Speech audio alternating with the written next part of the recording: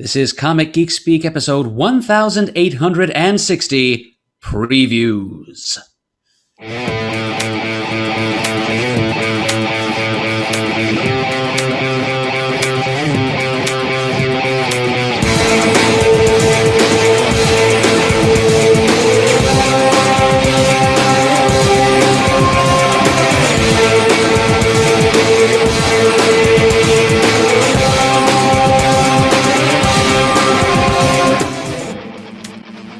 Welcome to Comic Geek Speak. I'm Adam Murdo. And I'm Ian Levinstein.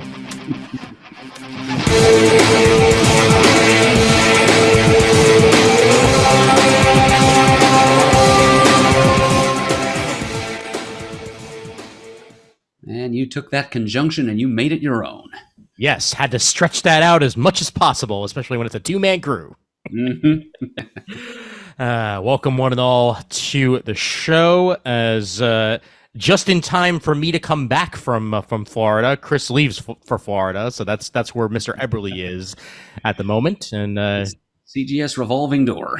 Yes, indeed. And Shane is helping moving in his son into the college dorms today. So it's Murd and I tackling previews for all you fine folks, with plenty of time to spare this month. Yes, which is nice. Yeah. Yes, it is. And of course, we would not be able to do it without you fine folks over at patreon.com/comicgeekspeak. And we thank you all for your continued patronage over these many months as you help keep the lights on in the studio and the lights on virtually over and over again, as we would be nothing without your support. So we thank you so much for that continued support of the show. And we have a whole bunch of you committing. And if any of you do feel like joining the Patreon over the next couple of weeks, it's as simple as $1 a month. You would then have access to an upcoming Q&A episode that we'll probably be putting out at the beginning of September-ish. No guarantees on exactly when it's going to happen, but when it does, I will put the Q&A up there on the Patreon, and whoever submits their questions will get first dibs on answers from us, the nerds, the geeks. So we look forward to that happening. And once again, any of you who want to participate, head on over to patreon.com/comicgeekspeak and get your $1 donation in the can, and we will make you a patron just like that.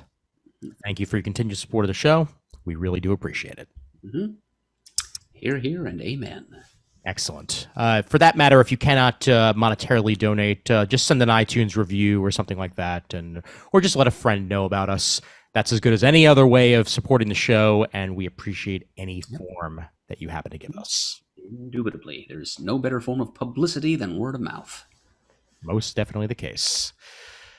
All right, previews time once again, as those of you on the video side get to start seeing my screen here, as it's issue 407 of previews for the month of August. And let's add 2 months on top of that. Oh, hey, it's October. I wonder if we're going to get a lot of Halloween stuff. Yep, I'm expecting some horror content here.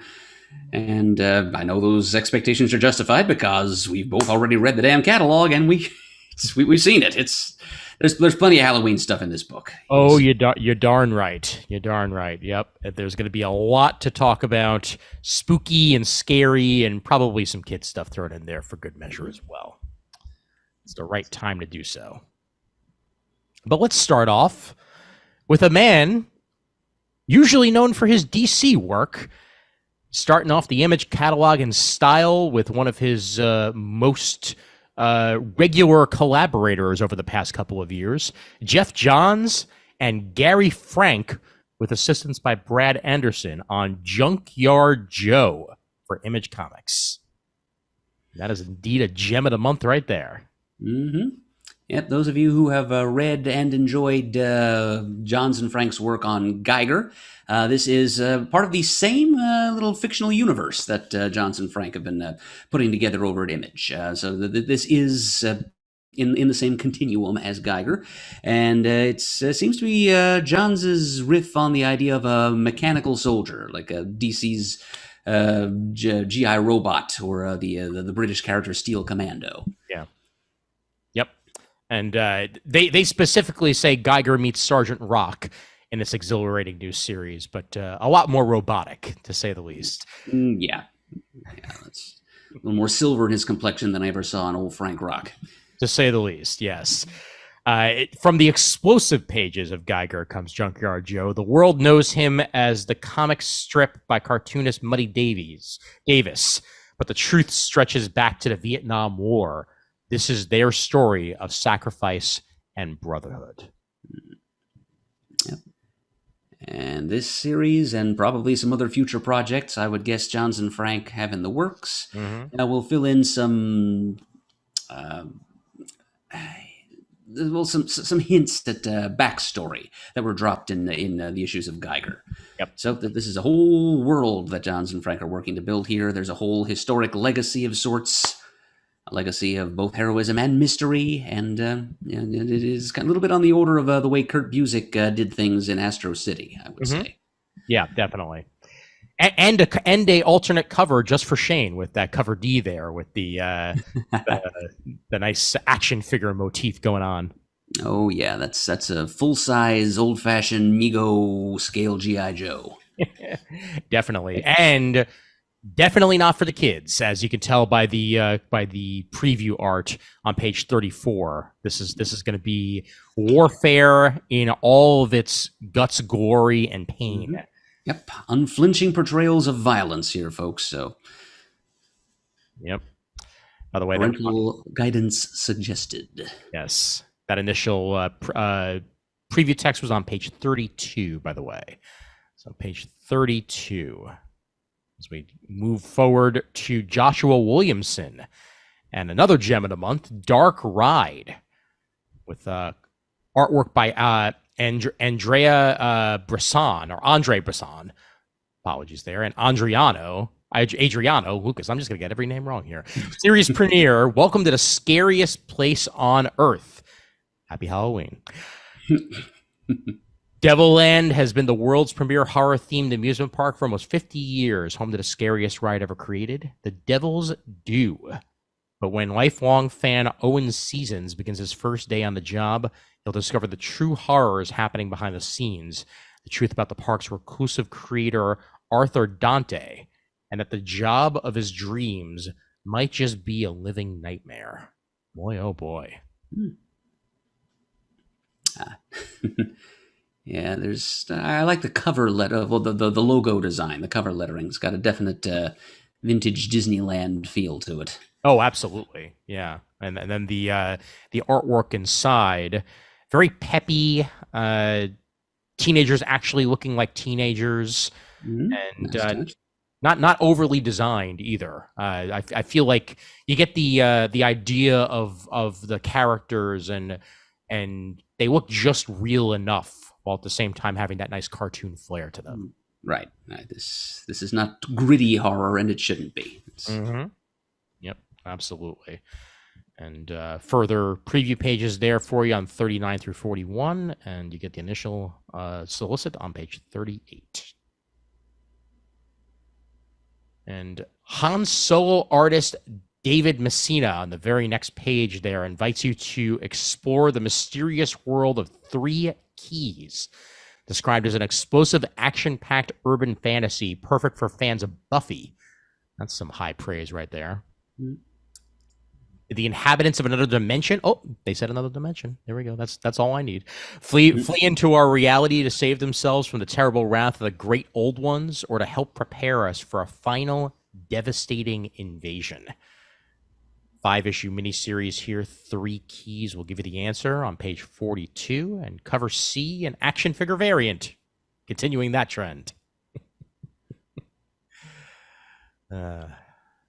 Interesting premise and gorgeous artwork on the next couple pages as well. All right, and Hitomi, another 5-issue miniseries, following us up on page 44. This is the first issue of it. Set in feudal era Japan. That might be right up Chris Eberly's bag there. A drifter with no prospects begins training in secret under Yasuke, a once famous and now disgraced warrior, as she struggles to find her place in a society entrenched in discrimination and violence. Described as Usagi Yojimbo meets Lone Wolf and Cub. That is a interesting combination that I am all for. Page 44. And a lot of panels there. I mean, that's 2 pages worth of panels with about 20 panels there for you, and 2 pages worth of material there. Nice stuff. Neat vertical orientation there. Mm-hmm. Definitely. All right. Page 46. A lot of new stuff for Image this month as we get a new fantasy adventure from Wes Craig, who's the writer and artist of Deadly Class, which was a sci-fi series for a little while there before it got canned, and Gravediggers Union comes an astonishing new series about siblings surviving in a world of monsters and mutants. Digging the design sense there, both on the cover treatment and of the characters themselves, certainly. Very mutant-y. Yeah, it's got kind of a hint of Samurai Jack there, I think. It's kind of like... Good call. More, yeah. Post-apocalypticism meets feudal Japan. Mm-hmm. Yep. And great use of oranges, like orange tones in the color of the piece. Like, really gets that desert feel down for what they're trying to get there with the desolate wasteland of the comic itself. Yeah, for sure. All right, excellent. Okay. What else we have here for Image? About American Jesus returning for a 3-issue mini on page 52. Soon to be a TV show on Netflix, which I'm sure is in no way the reason why this 3-issue miniseries is taking place. Totally unrelated. Yeah.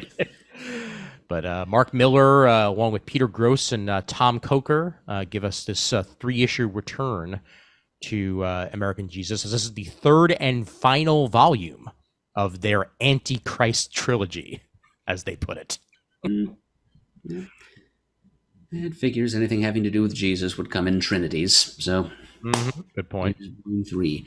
The apocalypse is upon us, Satan is in the White House, and the returned Christ is all that stands between humanity and their enslavement in the New World Order.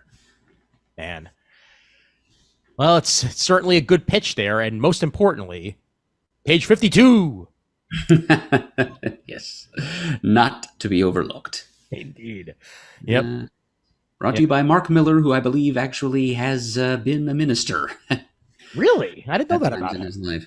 Huh. Okay. Yeah, well, not like a full-fledged pastor, minister. I think it's more like a vicar. Or, I'm not sure how the hierarchy works in the Anglican Church, but oh, cool nonetheless. And I'm actually looking forward to the Netflix series a lot. I want to see what they do with this property, because the last Mark Miller property that Netflix got its hands on didn't quite work out the way they planned. And although the anime series that accompanied it was very good, but Jupiter's Legacy didn't quite go the way they wanted it to. This one seems like a little bit more of a grounded story, even with all the Antichrist action going on, and it may suit the Netflix genre a little bit better. We'll see. Yeah, let us hope.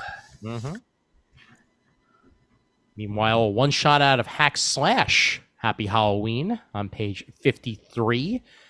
Tim Seeley returns to his ever-running Hack Slash series.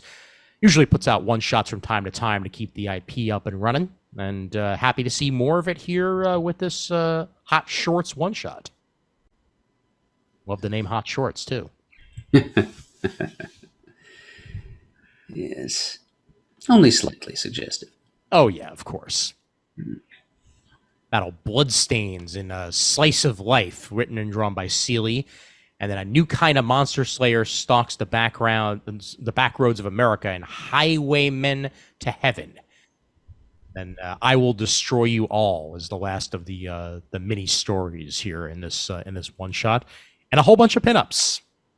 So, any fans of Hack Slash, you got tons waiting for you here on page 53. And not to be outdone, let's have a Halloween party, shall we? Looks like we shall. Yep. Brian Posehn on the writing chores of this, along with Jerry Duggan, and Scott Colbush. So very much comedy roots in these creators here, as it's a scary time in America, and we're not talking about the razors and the candy. When you might get murdered in a mass shooting, the clowns, monsters, and other things that go bump in the night have a harder time doing their job. It's a hilarious bummer at this year's Monster Mash. Scott McTiernan and Weed Thing return as they introduce some new favorites. So this is a continuation of the secret history of the War on Weeds crew with Halloween Party here. And on page 56, Scott Snyder and Tony Daniel returning with art by Francis Manapul. What a team right there. Something new has been added. Yes, indeed. Yep. And this returns us to the post-apocalyptic nighttime trucking world of Noctera, focusing on the character Val. Yep. And anything with Francis Manapul art is bound to be beautiful, and with a creative team like that, it's also bound to be a damn good comic. And you can go ahead and pre-order it there on page 56, and offered again are the first 2 volumes of Noctera if you haven't picked up any of it yet. All right, anything else in image for you there, Murd? Flipping along, I don't think so, actually. Okay. Well, I'll mention in passing, page 64, Department of Truth, Volume 4.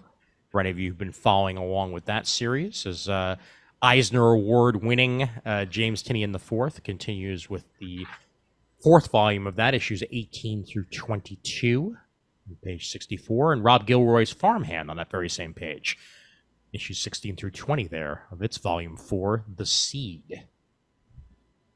And Philadelphia, volume 4. Any of you who are reading that in trade, you get more of that there on page 66. And let's take a look and see if there's anything else of note in the trades. Tyler Burton Smith's Slumber, Volume 1, collected on page 68. Collects the first 6 issues of that for only $16.99. 6 full issues of a comic there to start off Volume 1. Tyler Burton Smith, good to see. Yeah, about a woman who is kind of a dream detective, in as much as she actually enters people's dreams and ferrets out and shoots dead whatever's plaguing them in their nightmares. Interesting concept. Yep. As we deal with dreams in a very different way on a certain Netflix series that I'm sure we'll discuss on our next comic talk in one way or another. But yeah, the hot new thing. Yeah, we'll have to get you a login, Murd. Hey, much obliged, Ian. Because Yes. yeah, Netflix is one of those services I do not have. We will certainly make Badung happen to you one way or the other to get some Sandman. Don't you worry about that. And Scotty Young's Twig, we mentioned the first issue of that on our previous previews. All 5 issues to start with here are collected on page 69. Yep, fantasy world with a Jim Henson kind of feel. Most definitely, yep. All right, and let's see. Is there a saga? I don't think I saw one. No, not quite. You know what? Actually, now that I think about it, there was news that came out that it's returning in January. So it's going to pick up from there, and then it'll be continuous month by month yet again. They just needed a little bit of extra time to get those next couple of issues ready. And considering this is only about like a 4-month wait versus like a 3-year wait, I'm all right with that. Yeah, take it when we can get it. Definitely. All right, let's head over to Boom. as Jeremy Hahn and Jason A. Hurley start us off on page 92 with their own 5-issue mini, The Approach. Travel terror perfect for fans of Joe Hill's Rain and Ice Cream Man, as a turbulent new horror miniseries gives us a story of when airport employees Mac and Abigail find themselves snowed in after a blizzard. They witness a terrible plane crash. After pulling a survivor from the wreckage, they realize a terrifying truth. This plane has been missing for 27 years. So there's a premise for you. How to get there, what's the deal with it. You'll have to read the 5-issue mini to find out more. But interesting concept and cool plane design, too, for that matter. Yep. Digging the whole thing all the way around. Then on page 94, the return of Eve and Children of the Moon. Victor Laval and Joe Mi Gyang on the creative chores there. And I remember this one for its walking, talking bear there, and that continues to be the sidekick of Eve here. As those of you who want to find out more, the soft covers of the first miniseries is resolicited here from Boom as well, as this one returns for another run and another storyline. 5-issue mini. Yep. No, you're right, Ian. I'd completely forgotten the title and the concept, but I do remember the walking, talking teddy bear. So, yeah, it's a very good way for the eyes to lock on there. Yep. It's good marketing, and I'm sure he's a fun character in the story as well. Indeed. Yep. Page 94. You got a couple of preview pages, and then Charlie Adler, the one and only Charlie Adler of Walking Dead fame, returns for a 6-issue miniseries written by Simon Spurrier. Damn them all. As they unleash hell at Boom Studios on page 98. New supernatural thriller from two of the best creators in comics, getting together for a story following the death of Elle's uncle, an infamous magician and occult detective. 72 devils of the Ars Goetia are mysteriously freed from their infernal realm. I don't think that's a good thing. Doesn't sound like it, no. Sounds like central conflict. Yes, it does, indeed. Yep. And it leads to a young woman battling the supernatural with a common household tack hammer. Hey, you use what you can get. Mm-hmm. And sometimes a hammer is all you need. Mm-hmm. Well, if she's lucky, it's an enchanted hammer. Yeah. Hammer! Once again, page 98 for that one. I'm going to be keeping close eye on this. This may be a trade buy for me, as again, that can't pass up that creative team. Yep, it is a great one. Absolutely. Yep. Mm-hmm. And we're past issue 100 of the Mighty Morphin Power Rangers as new creators come on board. Melissa Flores and Simona Di Gianfelice take over on page 101 as the solicits for this, as darkness awaits, are quite literally SOS, help us, SOS, help us. I think bad things are happening. Evil never sleeps, and the Power Rangers get to take it on.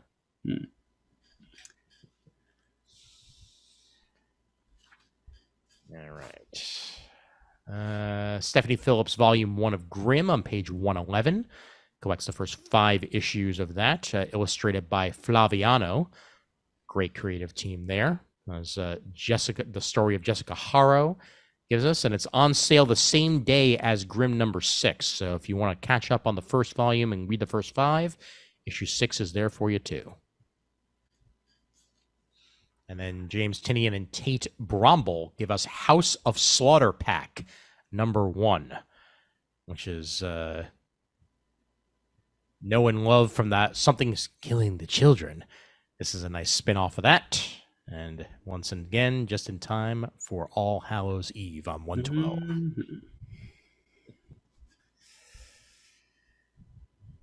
And Once in Future on page 117, you get the 5th volume of that. I still need to read the first. Maybe I'll do that later this week. It's on sale December 28th. Collects issues 25 through 30 of Kieran Gillen's fantasy tale. All right, I think that's about it for Boom. All right. Onward to Dark Horse. Yep. And they're starting us off on page 124 with another Happy Halloween. It's called Night of the Ghoul, a 3-issue miniseries by Scott Snyder and Francesco Francavilla. And it's telling the story of a lost horror film that could have taken its place amongst such hallowed titles as Frankenstein, Dracula, The Wolfman, and so forth, by writer-director T.F. Merritt, but the legendary film never made it to the silver screen. I don't know my pre-code Hollywood well enough to know whether or not this movie actually was something that was made, or if even if a script for it existed, or if this is purely the product of the imagination of Messrs. Snyder and Francavilla. But either way, it looks great. It's whether it's true Hollywood story or fantasy, it looks creepy as hell and in a good old fashioned vintage Hollywood way. Yep. And I think I do notice that it's $4.99 for a 32-page comic, and I'm starting to be a little more wary of that. Even from the smaller publishers. But for this one, I think I tend to avoid that price point for a 32-page comic, but for this one, I'll make an exception. Well, I can understand that, and yes, I do agree that $5 is a bit much. The one thing of note for any of you who may have access to either Comixology Unlimited or Amazon Prime members, this is also a Comixology original. So it's on there. It's presented as 6 issues. So I think they might be smaller editions of it. However, that is one of 6 available there. If you want to read it for literally free, if you already have that membership, that's another way of reading this. If you don't want to spend the hefty price tag, if you've already spent another hefty price tag.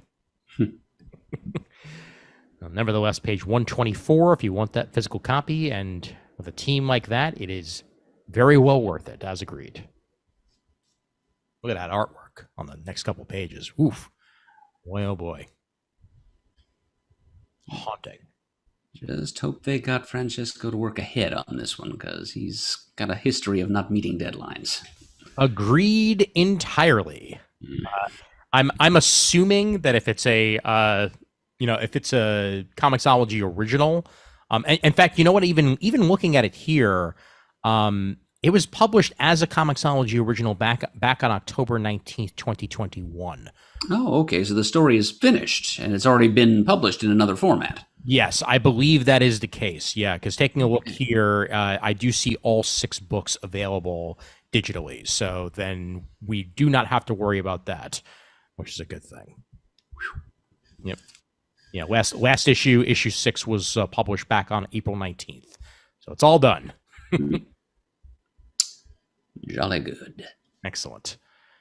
Meanwhile, just in time for Halloween, I'll say that this time in a very different way, because Hellboy is celebrating some Valentine's love.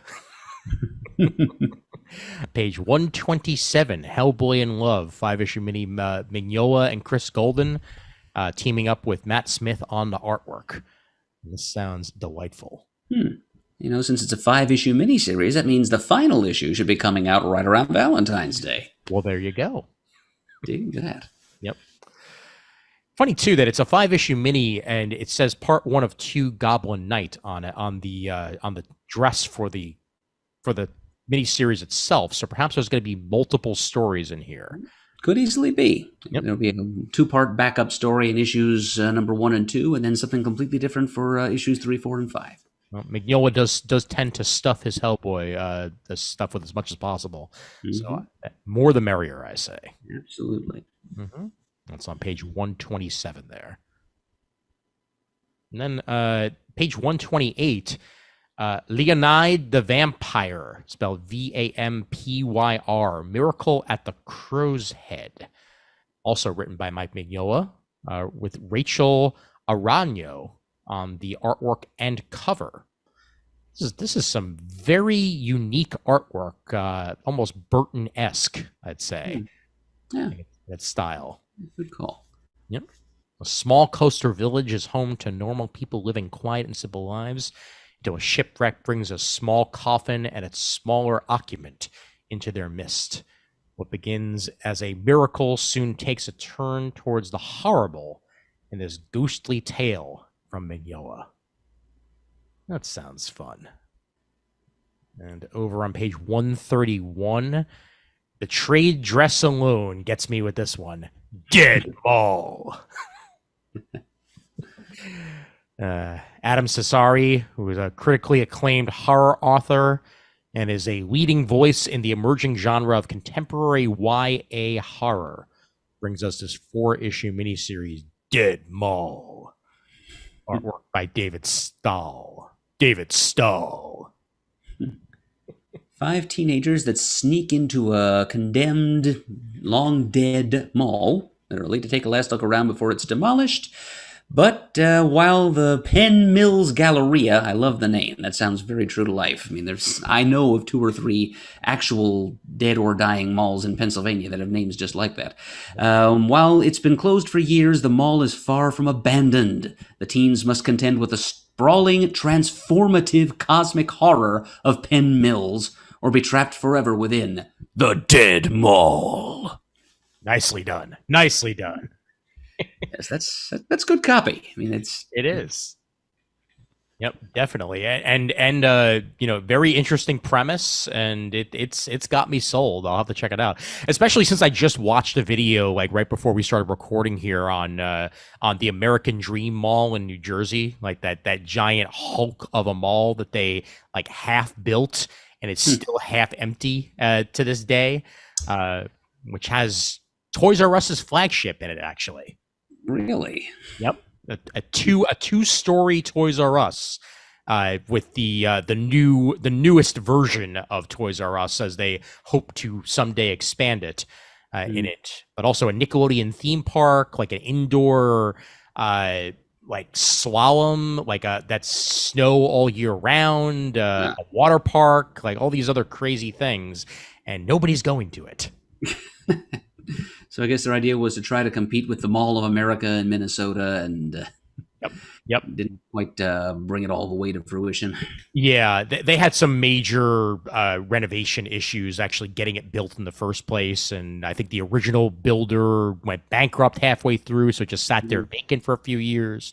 But there are stores in it, and there are people that go to it. It's just they're charging like $90 for admission to the Nickelodeon theme park, and it just sort of just sits there like collecting dust, as nobody wants to pay $90 for an indoor mall theme park. In New Jersey. In New Jersey, exactly. I may go someday just to experience it before it itself becomes a dead mall.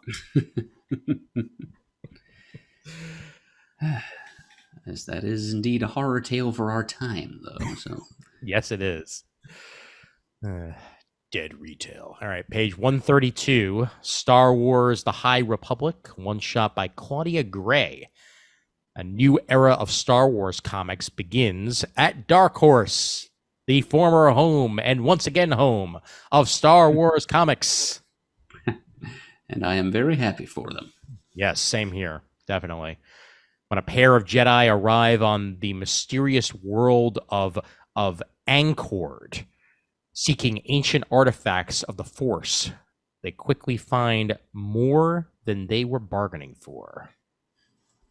What did they find? You'll have to find out. Looks like the art is by Fico Ossio. They forgot to mention that up above. Yes, you are correct there. Yep, and the cover in previews is not final artwork, so it may very well wind up changing. But page 132 on that one for a nice Star Wars one-shot, The High Republic.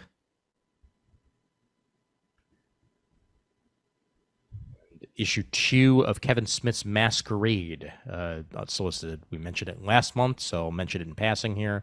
Issue 2 of 4 of that miniseries on page 134. And the trade paperback of Funny Creek by Raphael Albuquerque and Raphael Scavoni on page 136.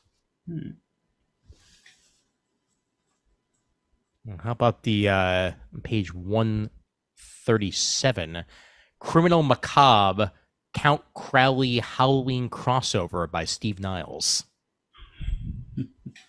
Master of horror himself, getting a crossover event going between Steve Niles and David Dasmalkian. We combine 2 different comic worlds into one here. Yeah. What could be more dicey than a monster hunter with a self-destructive streak? 2 monster hunters with a self-destructive streak.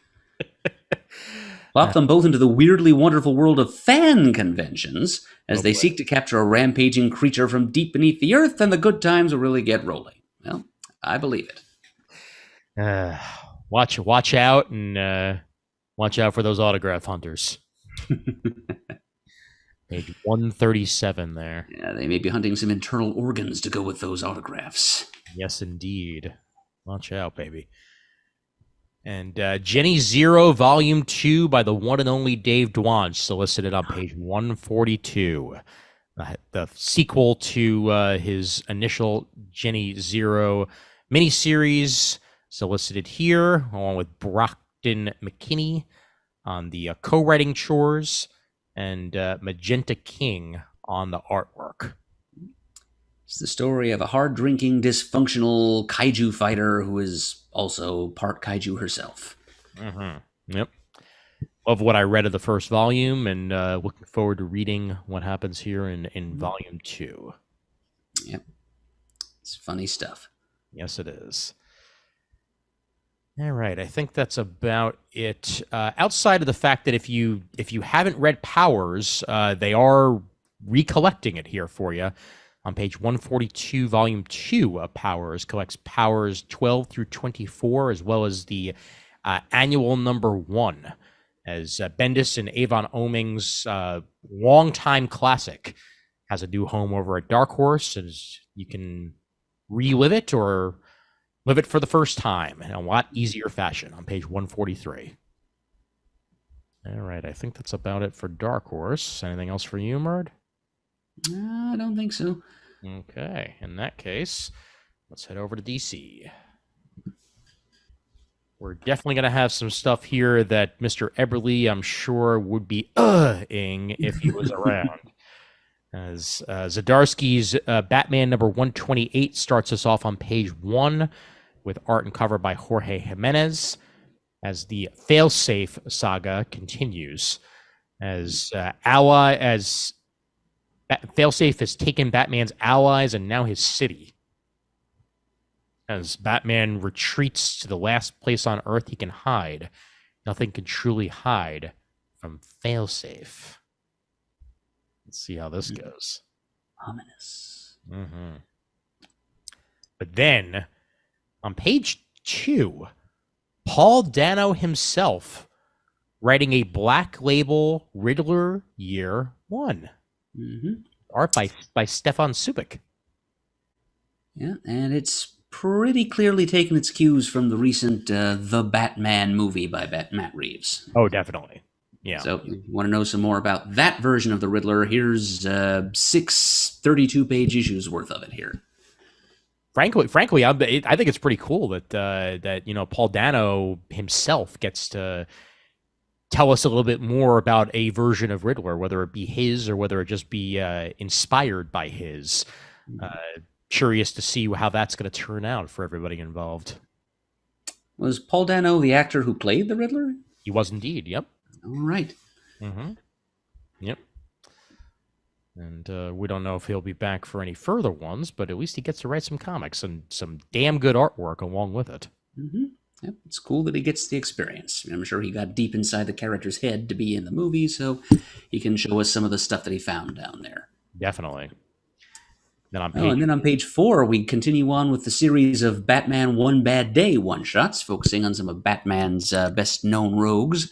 It's the Penguin's turn here, and this is a story written by John Ridley of the other history of the DC Universe and various other projects, and art by Giuseppe Camuncoli. And it's a Penguin who's down and out. He's been betrayed by one of his one-time Confederates, the Umbrella Man. Figures. The Penguin will be brought down by somebody whose gimmick is also umbrellas. of course. That's what you call irony.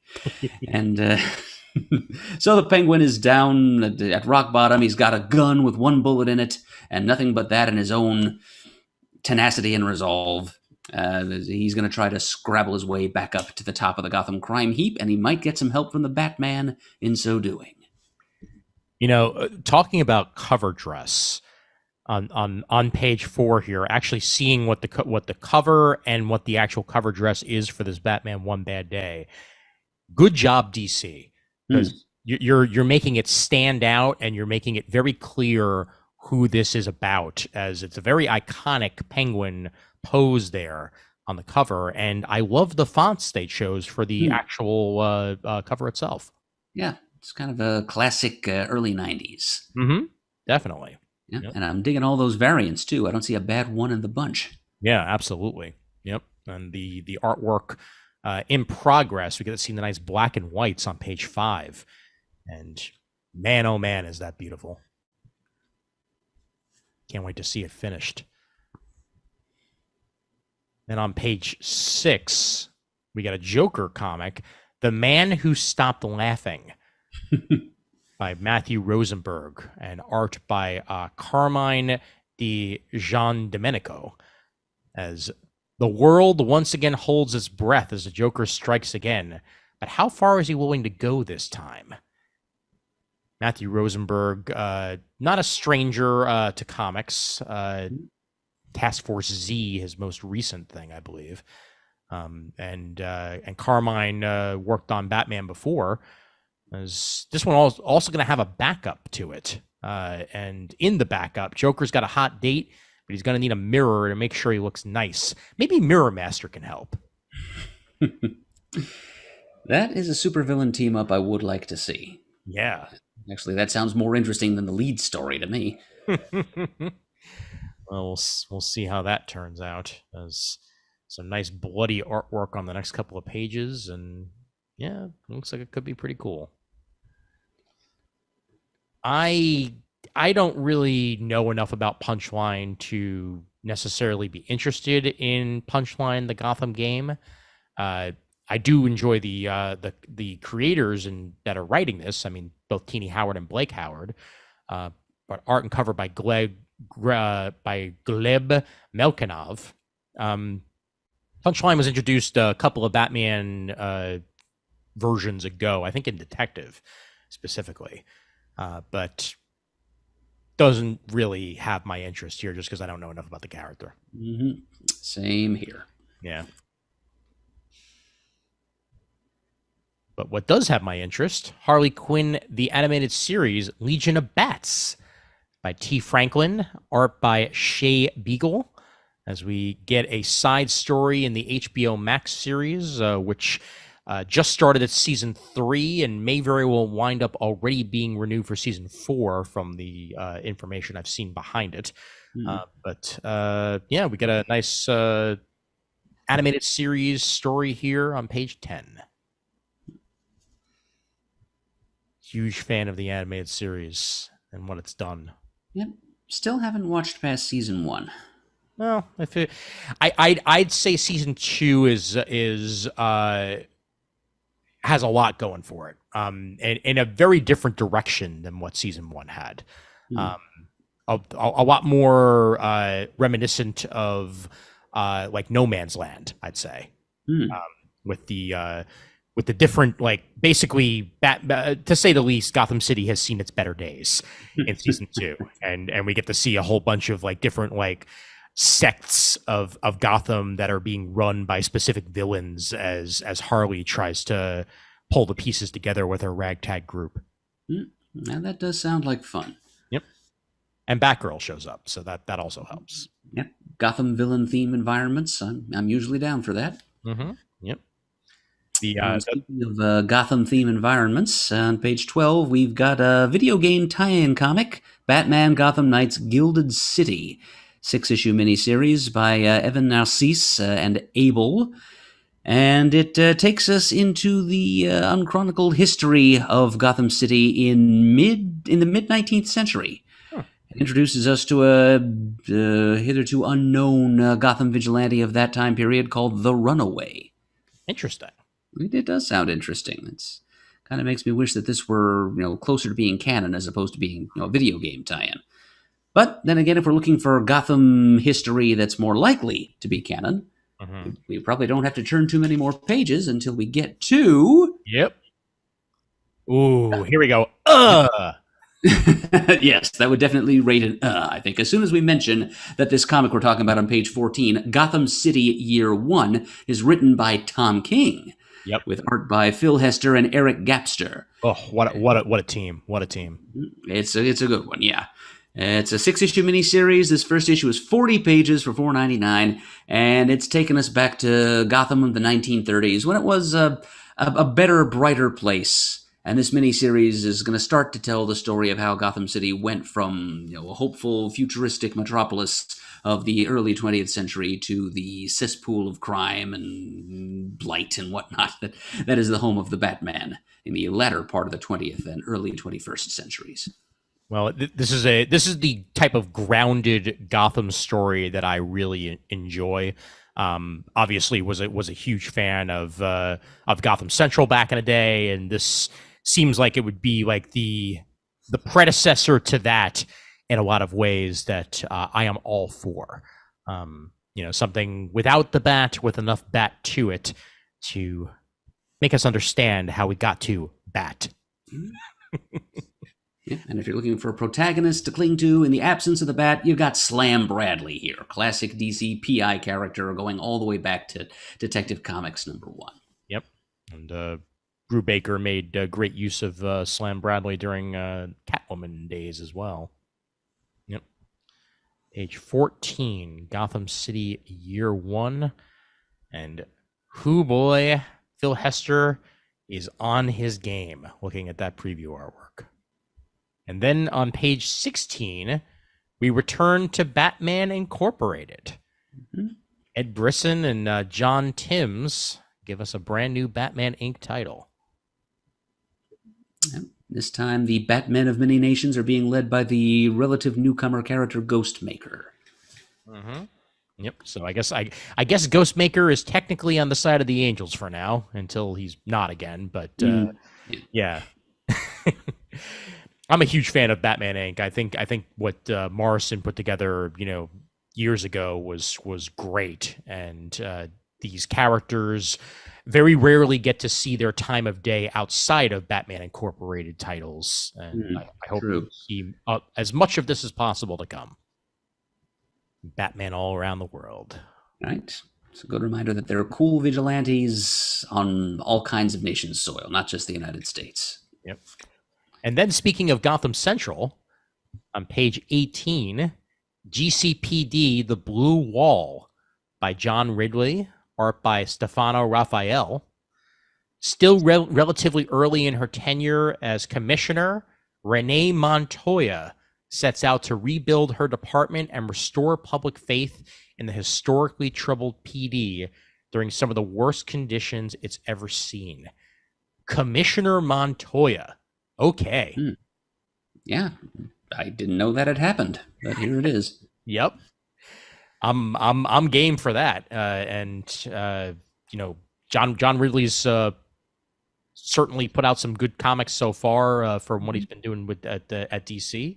Yep, and this character is one that he spent an entire extra-sized issue with during his other History of the DC Universe miniseries. Yep. So he's already in her headspace, and happy to see what direction he takes her in, along with the rest of the GCPD. This is basically a new Gotham Central miniseries, so if you enjoyed that series, see what you think of what this creative team will do with the idea.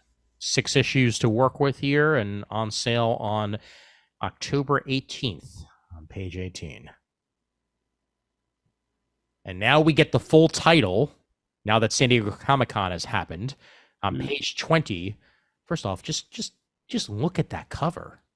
Oof, man, lovingly rendered all around there. As Daniel Sampier and Alejandro Sanchez worked on the main art and cover, and then Ivan Hayes and Danny Mickey on the variant, and a bunch of other people involved. Dark Crisis on Infinite Earths, number 5, War at the Hall of Justice, on page 20. Yep, that is an image that belongs in a Crisis story, all right. Yes, it does, and we got some Earth 2 Superman action going on there from the looks of it.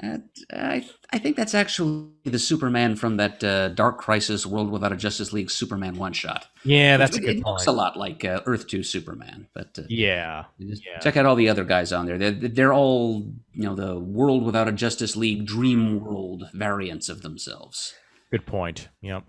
Even this Dream World stuff, reminiscent of that one story that Morrison did during the JLA days, of everyone imagining their ideal future, and everybody gets to live it in that fashion.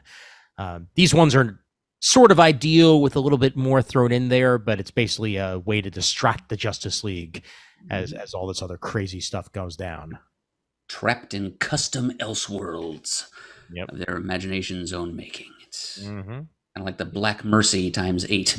Yeah, but I want to see how this story gets itself into gear. I know I discussed on last Comic Talk that it was sort of just starting off a little bit slow, but now that we've got the full title and issue 5 out there, we'll see where it goes. Yep, and I totally agree with your point there, Ian. The pacing is one reason why I'm having a hard time getting myself excited for this miniseries, even as it's almost half over. Yeah, definitely. On that very next page, you prove your point on page 21, as we see the initial concept designs of that Dream World Superman and Jonathan Kent in the Robin S costume right there. Right. Yep.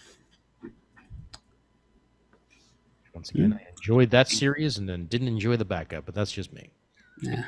Well, I read that one shot after you talked about it, and you're right. The Superman story just peters out, and then suddenly, pop! You're reading an Aquaman backup. Yeah, exactly. That is a little frustrating. But how about page 22? Well, it's another Dark Crisis tie-in, one shot this time. Dark Crisis: The Deadly Green, and it shows how Swamp Thing, as an elemental of the earth, is how he ties into all of this. He did have kind of a tertiary role in the original Crisis story, which is being expanded on in this story, actually. Yep. And it's kind of a DC Presents style team up between Superman and Swamp Thing here. Yeah, and I'm digging that concept. These are the type of spin-offs or extra stories that I actually like to see in these sort of crossovers, like ones with characters you wouldn't normally expect to show up. And now we get to see how Swamp Thing works his way in. And then Dark Crisis Worlds Without a Justice League, Green Arrow by Stephanie Phillips and Clayton Henry. Love some Clayton Henry artwork, so that's bound to look beautiful. On that same one, Dark Crisis Young Justice number 5. I got to read the first issue of that sometime soon, both on page 23. Young Justice versus the son of Mxyzptlk. Son of Mxyzptlk. Okay. Here's Mickey. Yeah, fun pre-crisis fact. Mxyzptlk's son in Earth 1 continuity was actually named Kitsbton. Okay. Aytszbtn. Kitsbton. No wonder he goes by Mickey. Yeah, to say the least. Oh, man. Try to say that backwards. Oh, wait. You probably can. Not without practice. Yeah, exactly. That one I can barely say forwards. Meanwhile, page 24, Flashpoint Beyond number 6, redacted. It's the 6th issue of the miniseries. You're going to have to get there to find out what's going on, but it's Jeff Johns and Zermanico returning to Flashpoint. I want to see what this is all about. And you can, because the trade paperback is also literally solicited on the very next page, page 25. You want to just read it in trade, all 0 through 6 there for you on page 25. 30 years, baby, page 26. Can scarce believe it. Yep. Yep, it's the Death of Superman 30th Anniversary Lux Edition by Dan Jurgens, Jerry Ordway, and various writers and artists. Everybody was working on the Superman monthlies back in 1992. And it collects all the key issues of that story. Superman, Volume 2, number 73 to 75. Adventures of Superman, also known as Superman Volume 1, 496 and 497. Justice League America, number 69, in which Doomsday decimates what passed for the Justice League at that point in time. Action Comics number 683 and 684, Superman the Man of Steel number 17 through 19, and the special one-shot News Time, The Life and Death of Superman number 1, plus the 4-issue miniseries Superman Day of Doom, which was released on the 10th anniversary of the Death of Superman story back in 2002. Nice. Very cool. Yeah, that's tons of content right there. 328 pages for only $40. Not bad. Yeah, not bad at all. It is a hardcover too. Yep. There is also a direct market exclusive variant there for any of you who are into such things on page 26. But not bothering to quote a price for that, but hopefully it doesn't differ by much. Yep. Page 27. The countdown to Action Comics number 1050 continues as we get the return of Kal-El part 2 in Superman Son of Kal-El number 16. As Supes is back. Once again, is this before Dark Crisis or after Dark Crisis? You be the judge. But Tom Taylor is telling the story, and that's all I need to hear. That is a fantastic cover, too. It's really, really good. As is the Action Comics cover underneath it. Absolutely. Yep. Very, very nice. Steve Beach. We are crossing over here, by the way. This is a full crossover between Superman Son of Kal-El and Action Comics here. So part 3 of Kal-El Returns would be in Action Comics 1048. So we're going old school 90s with this crossover here. Yes, I hope there's a triangle number. I hope so. And Superman Birthright, back in print. Mark Waid and Lionel Francis Yu's take on the early days of Superman on page 28, the 12-issue miniseries back into the spotlight. Yep, decent story with Mark Waid expounding some personal ideas about the Man of Steel therein, but if you're expecting it to relate to any continuity, past or present, don't bother. Just read it for what it is. Exactly. If there's one thing we know about the origins of Superman is that they exist. That's it. They exist. Don't ask us what they are because we can't tell you because there's been 87 different versions. Yes, I remember at one convention, someone asked Mark Waid how long he thought Birthright's ramifications would last, and he looked at his watch. That's about right. Meanwhile, Wonder Woman Historia, the Amazons, issue 3. This was the cover that I pulled up when we were talking about the Eisners, and this is Nicholas Scott's issue of Wonder Woman Historia. And page 29 for that one, and it's Nicholas Scott artwork and Kelly Sue DeConnick on the writing. That's kind of all you need to know, isn't it? Yep, it's already going on my order. Yep. Oh, and some more good Wonder Woman storytelling just below it. Wonder Woman Earth 1 Complete Collection. Now, that's not pre-Crisis Earth 1. That's side continuity imprint thing, that version of Earth 1. Yep. So this is the 21st century Grant Morrison and Yannick Paquette alternate reality kind of take on Wonder Woman. It's all 3 original graphic novel volumes of that collected in one soft cover volume for $39.99, 408 pages. Yeah. Again, I always thought that Earth 1 could have been so much more than it was. And I'm glad we got the stories that we did because just about all of them were great. But it's just kind of one of those side imprints that too many people forget or never even discovered in the first place. But if you had not discovered this version of Wonder Woman, I read the first volume and really enjoyed it. And this is the whole darn thing here, all 3 volumes on page 29. Yep. And same here. I read volume 1. I'm pretty sure I have volume 2 at home someplace. Haven't gotten to it yet. I think I got it from the library, if I remember correctly. It was one of those books that I kept taking out from the library and renewing over and over and over again until I hit my limit. I was like, maybe I should finally read this. Page 30. Time for DC's horror. DC's Terror Through Time, number 1. Did I see Paul Levitt's name on a DC title? I sure did. Absolutely. Yes.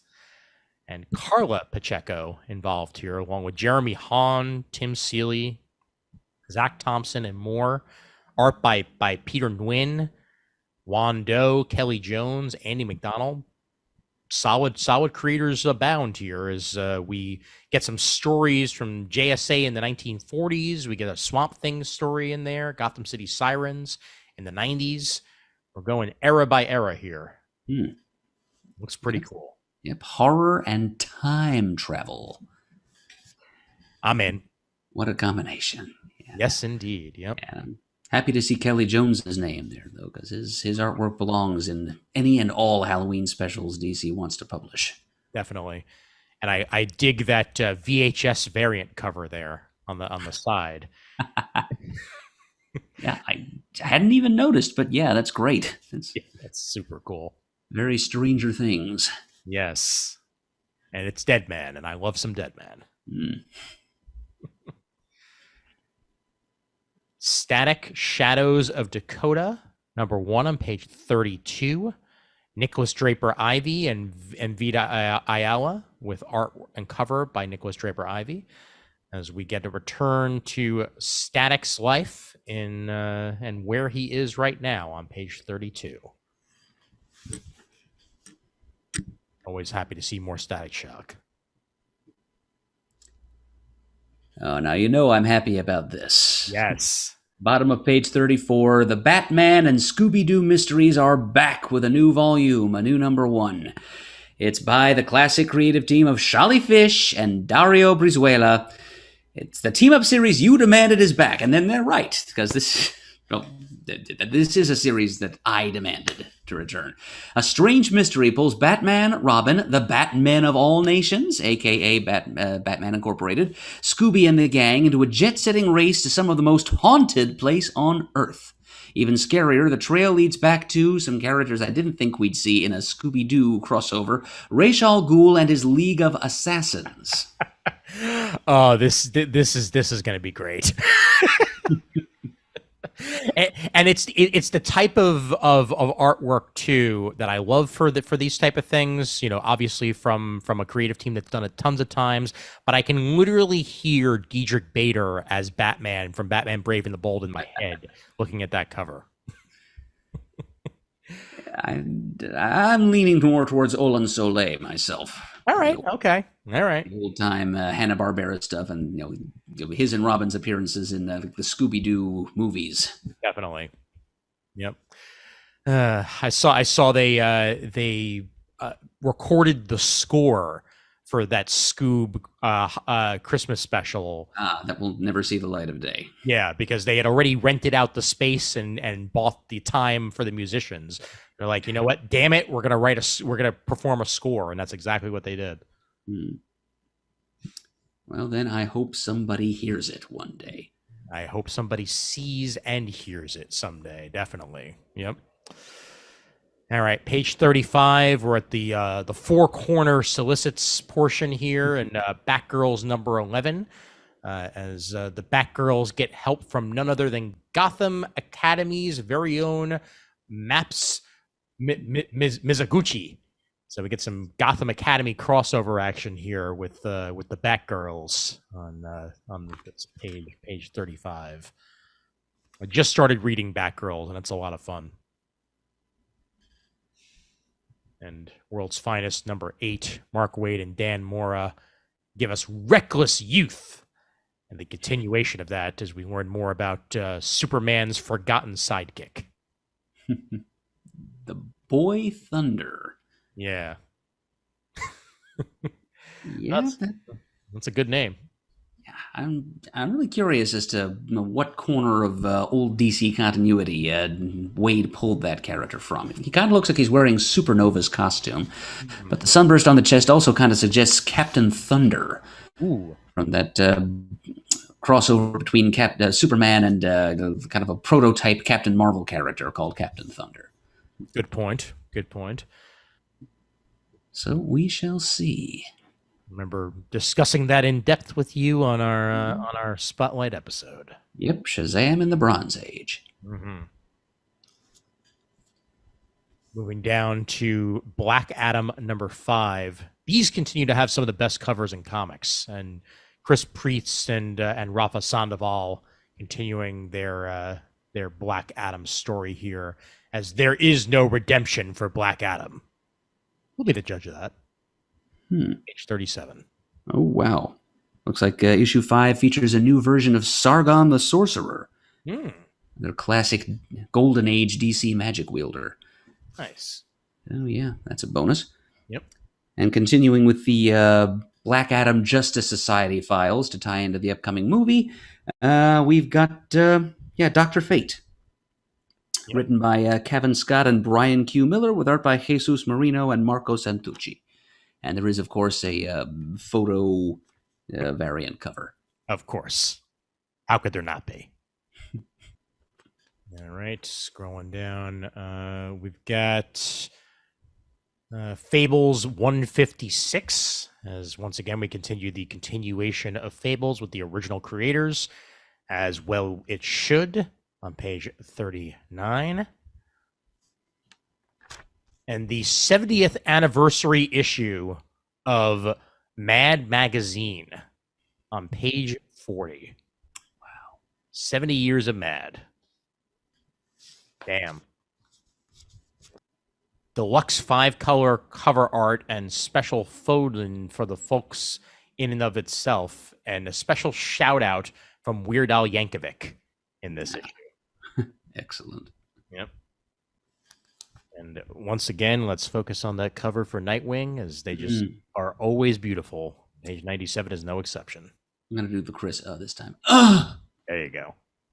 Because, yeah, there's no denying it. Redondo just keeps on finding new ways to impress us.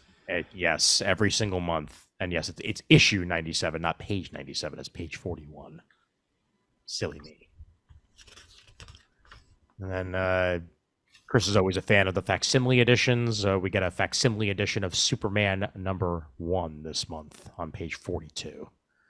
But then on the bottom of that, Jeremy Adams, it's Monday night somewhere. Mondays, am I right? As Wally West steps into the ring. The wrestling ring. In Flash 787. Flash versus a purple-skinned pro wrestling alien. It's a thing of beauty. It really is. It really is. That title continues to be golden.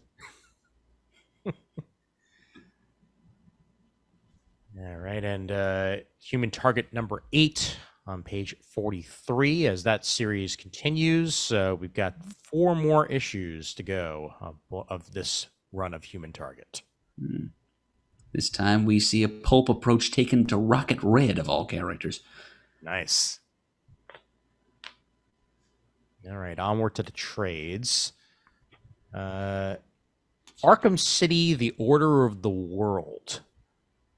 This is Dan Waters and Danny involved in this. Collects the full series along with never-before-seen extra features on page 45. And volume 2 of Bendis' Justice League on that very same page. Joshua Williamson's Rogues series collected on the next page, page 46. And Mark Russell and Steve Lieber's superhero satire series, One Star Squadron. Yep. Yeah, did you wind up picking up that in the singles, Murd? I wound up passing on it. Okay. All right, fair enough. I'm thinking I'm gonna try out at least an issue on DC Infinite, and I'll let you know what I think. Okay, appreciate that, Ian. Yep, that's good way to sample something like that. definitely. And page 46 also has Grant Morrison and Mikkel Janen's Superman and the Authority, which I've heard very, very good things about, and we'll have to check out. Okay, and then on the top of page 47, we've got a trade collection of a book we've mentioned a few times over here tonight, John Ridley's The Other History of the DC Universe, featuring art by Giuseppe Camuncoli and Andrea Cucchi. And it was a 5-issue miniseries in a kind of a expanded magazine size and format. The trade is going to be 8.5 inches by 10 7/8 inches. And it's spotlighting 5 different characters of color from DC's past. Well, 6, I guess. Well, one of them is about both Herald and Bumblebee. Okay. And it breaks down, Ridley's kind of alternate history version of each of these characters in their own words. It's mostly prose with some really nice and historically evocative illustrations by the art team there. And it's kind of patterned on the classic History of the DC Universe mini by Wolfman and Perez that came out after Crisis on Infinite Earths. It's a good read. It's some good oral history style character studies of these historically important DC characters of color. You got your Black Lightning. You got his daughter. It's bookended by Jefferson Pierce and his daughter in issues 1 and 5, and in between you've got Katana, Bumblebee and Herald, and Renee Montoya. Excellent. And right underneath that is a book that I need to spotlight, as they're finally done collecting all of Young Justice. And page 47, at least the original volume of Young Justice, that is, gives us Young Justice Book 6. This collects Young Justice 44 through 55, Impulse number 85, Robin 101, and Superboy number 99, as this brought the initial run of Young Justice that Peter David and Todd Nauck lovingly gave us to a close. And this was a major turning point in my reading, as this was, what really got me into DC in the first place. And this was a fond farewell to the series before they headed on to their run as the Teen Titans. The only thing to regret is that it's taken them 20 years to get this thing into a collection. Agreed entirely. Yep. Because it sat there on the shelf for quite some time, completely forgotten about, even as a Young Justice animated series was happening. So, yeah. All right, that's it with DC. Onward to Dynamite. Let's start off with Siren's Gate, shall we?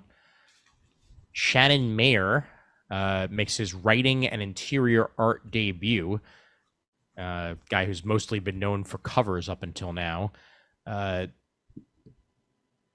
Showcased some of the best-selling books in the industry, as now he gets his time to put his stamp on his own series here, as it's about Tara, an inspiring writer who never thought of herself as anything special. But when a mysterious young man extends an unexpected invitation, Tara is awed at the opportunity to meet with her literary idol, Lady Rose. This unique encounter sparks a series of events, forever thrusting her into a world where vampires, werewolves, and all manner of supernatural beings become her new normal. Page 155. That's a chance meeting with a writer right there. Very rendered artwork. That's the way I would put it. Yep, it's supposed to be fully painted, I think, because it's that's the style he does his covers in also. Yeah. Yep. Reminds me a little bit of the artwork on what was it? Secret War, I think. The Bendis series. Oh, yes, from a long time ago, right. Yep. I'm trying to remember who did the art for that. Yeah, I can look it up, but Ariel's perhaps. I think Gabrielle Dell'Otto, maybe. You may be right on Del Otto, actually, but let me see. Secret War. There we are. 5-issue miniseries. Yep, you're right about Del Otto. Yep. Well, that's who I will compare this artwork to. Yep. And I think you're in the right to do so. I definitely see the similarity. Yep. And then a new Red Sonja series on page 161, Unbreakable Red Sonja, as we head towards the 50th anniversary of the She-Devil with a Sword. Proud to present a sweeping story of sword and sorcery and high adventures by the one and only Jim Zub and Giovanni Valletta. Red Sonja carries a hazy vision that lurks just out of reach in her memories. The answer is to that mysterious moment will unlock a journey of forbidden magic and searing steel as her past and present collide. Again, page 161 for that one. Nice to see Jim Zub in any format, and especially when it involves Conan-esque characters, that makes it even better. All right, something for Gail Simone fans here at the bottom of page 163. The complete Gail Simone Red Sonja Omnibus Oversized Edition hardcover new printing.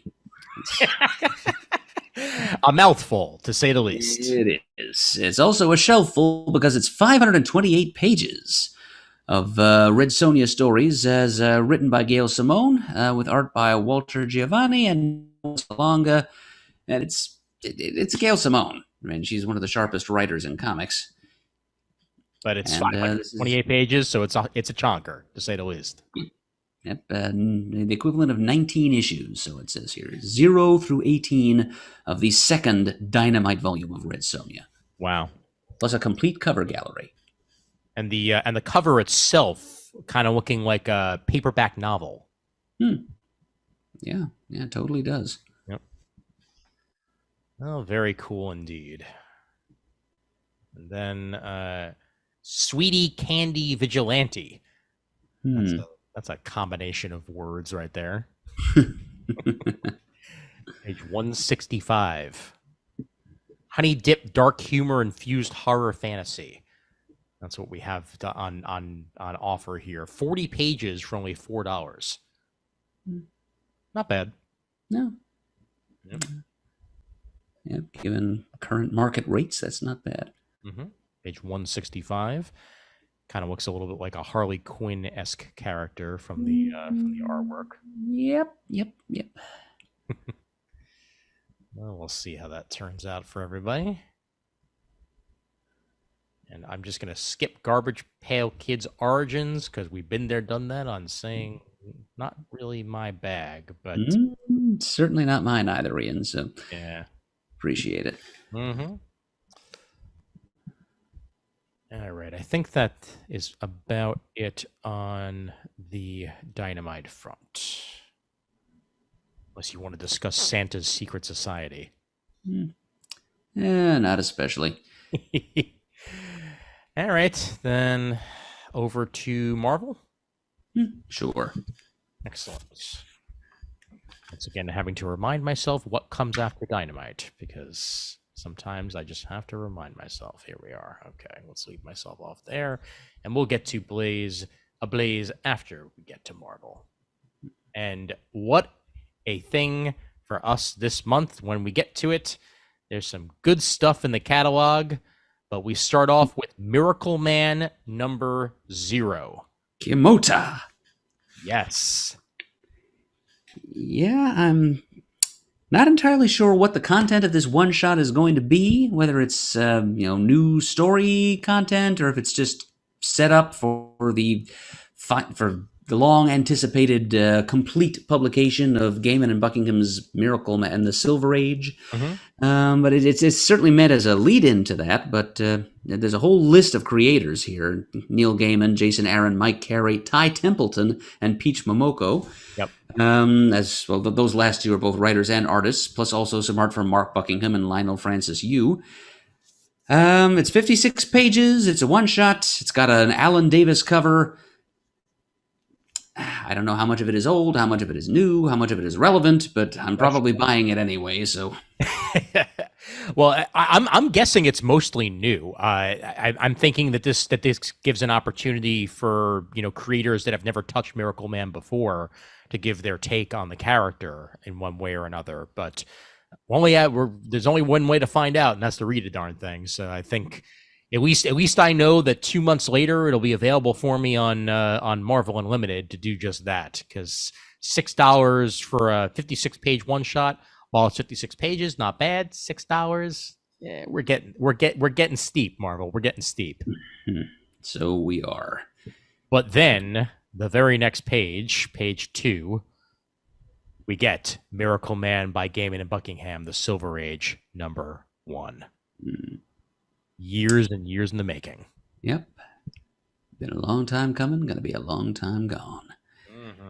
Yeah, so am I right in thinking that only like the first 2 issues of this ever actually saw print? I believe you are correct. Yeah. I'm pretty sure that's about where it stopped. I'll do some research on that as we're reading here, but I think that's about right. I think it was 2 issues. And now they have it all completed, and it's gonna be coming out in normal fashion here. So that's years and years and years of work right there, and a whole bunch of different publishers, and now here we are with Marvel. How about them apples? Yep. And I mean, I love some Mark Buckingham artwork. So this is just making me happy that it's on the shelf in any form after 30 years. That's a lot of waiting. Amen. Yep. Yes. It's a very interesting story, too. Young Miracle Man finally returns from limbo, and he gets to see what his fellow Miracle Man family members have made. They've made a utopia of the world, but have also made self-styled gods and emperors out of themselves. So we'll see what he and his youthful 60s optimism, he's idealistic, but still very much a part of the mores of that period. How he'll respond to what his former peers have made of the world. Yep. Well, we will certainly find out. And immediately after that, on page 5 and then page 6, Dan Slott is back on Spider-Man, and he's got Mark Bagley along for the ride. That is a great team right there, and I am a huge fan of Slott on Spider-Man. So let's give him some adjectiveless action, shall we? Yes, I think we shall. Yep. First issue is 48 pages. As we end the Spider-Verse. I don't know how you can exactly end the Spider-Verse unless you're literally getting rid of every alternate version of Spider-Man out there, which hopefully we are not. Yeah. But I want to see what Dan's going to do here, one way or the other. And I'm weirdly actually kind of all right with the Goblin Spider-Man costume that Spidey's been wearing of late. It's not that bad. I dig the glowing eyes and what have you. The usual Spidey costume. Yep. Just a little bit of neon green thrown in it. Exactly. Not too far from the big time Spider-Man with the extra Iron Man-esque armor-ish thing that was going on there for a while. Look at that Frank Miller variant. Yeah, that's Miller, all right. Oh. Yes, it is. Question is it an old sketch or is it actually new artwork? That's the question. That is the question. I was just wondering the same thing myself. Yeah. But also directly next to that, since I've been pointing out the action figure variants, we get another one of those here. All the different accessories. And Axe finally concludes this month on page 8, 6th issue of that. But not before it throws a whole bunch of tie-ins at us on its way out the door. As it's wont to do. But hey, we get Dazzler. Yeah, we do. 70s Disco Dazzler, too. Yeah, I know. The only type that matters right there. The only type anybody seems to want to remember, and that's fine by me. Yeah. She's had some decent costumes over the years, but that's the iconic one. How about Axe X-Men? Kieran Gillen returns to the X-Men. This is the second story critical Axe one-shot. That's a mouthful in and of itself. But Francesco Mobili on the artwork. Jean is at the focal point here. As one world burns, can Jean justify her existence after burning another? Jean needs to stop destroying worlds. It doesn't go well for her. No. It doesn't. It's not a way to make friends, Jean. No, definitely not. And then Pasquale Ferry joins Kieran Gillen for Axe Eternals #1 on page 11. The third and final story critical Axe one-shot. So I guess that means that the next two on the next 2 pages are not story critical. Yes, they're just one-shots. That's it. Yeah. Mm-hmm. I don't even really see what the Iron Fist one should have to do with the Axe crossover. Star Fox is a little more obvious on the following page. That's Kieran Gillen playing around with the brother of Thanos. Yep.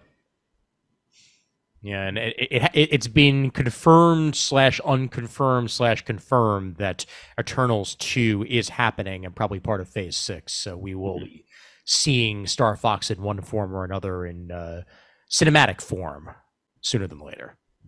Okay. And David Paposi and Juan Cabal continue their Axe tie-in Fantastic Four storyline. And it's Malice versus the Invisible Woman continued on page 15. A serious bamf. Immortal X-Men #7. Yeah, so Kieran Gillen is writing an awful lot of stuff this month. He really is. Yeah, and this is a Nightcrawler-centric story. So, nothing wrong with that. There's quite a few things right with that, and I think I'm going to be picking up that particular tie-in. Most definitely, yep. And X-Men Red, Final Judgment for the Red Planet. An X tie-in, Al Ewing's X-Men Red continues here on page 17. Page 19, Moon Knight Annual. Werewolf by Moon Knight. Yep, taking us back to the confrontation that started it all. Yep. And I'm sure that Mr. Eberly probably put this one on his list as Jack Russell takes on Moon Knight for the first time in a while. Jed MacKay and Federico Sabatini give us the honors. Mm-hmm. Yep, and Jed MacKay's volume of Moon Knight has been quality, I must say. Yeah, I got to check that out. Definitely. And a facsimile edition on the next page of Tomb of Dracula #1. Huh. Collection of old Ulysses Bloodstone and also Elsa Bloodstone stories. The monster hunting being a family affair between those characters. On the bottom of that same page, Bloodstone and the Legion of Monsters trade. Yep. So some classic Bronze Age stuff and some slightly more recent stuff as well. Yep. Page 20 for that. Leading us to page 21, Crypt of Shadows.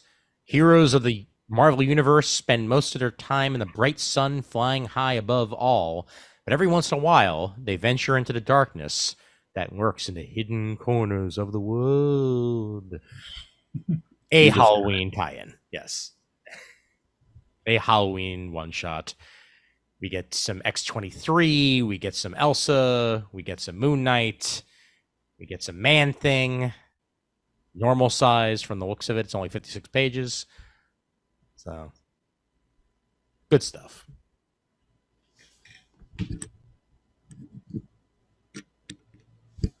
Strange Academy Finals on page 24 as we get into the end game of the Strange Academy series. Scotty Young on the writing, Humberto Ramos on the artwork. As freshman year continues and concludes for the Strange Academy. But then, on page 26, a 5-issue Wakanda series by Stephanie Williams and Evan Narcisse with Paco Medina and Natasha Bustos on the artwork chores. Black Panther is no longer welcome in Wakanda. You get out. You get out. No more Black Panther here.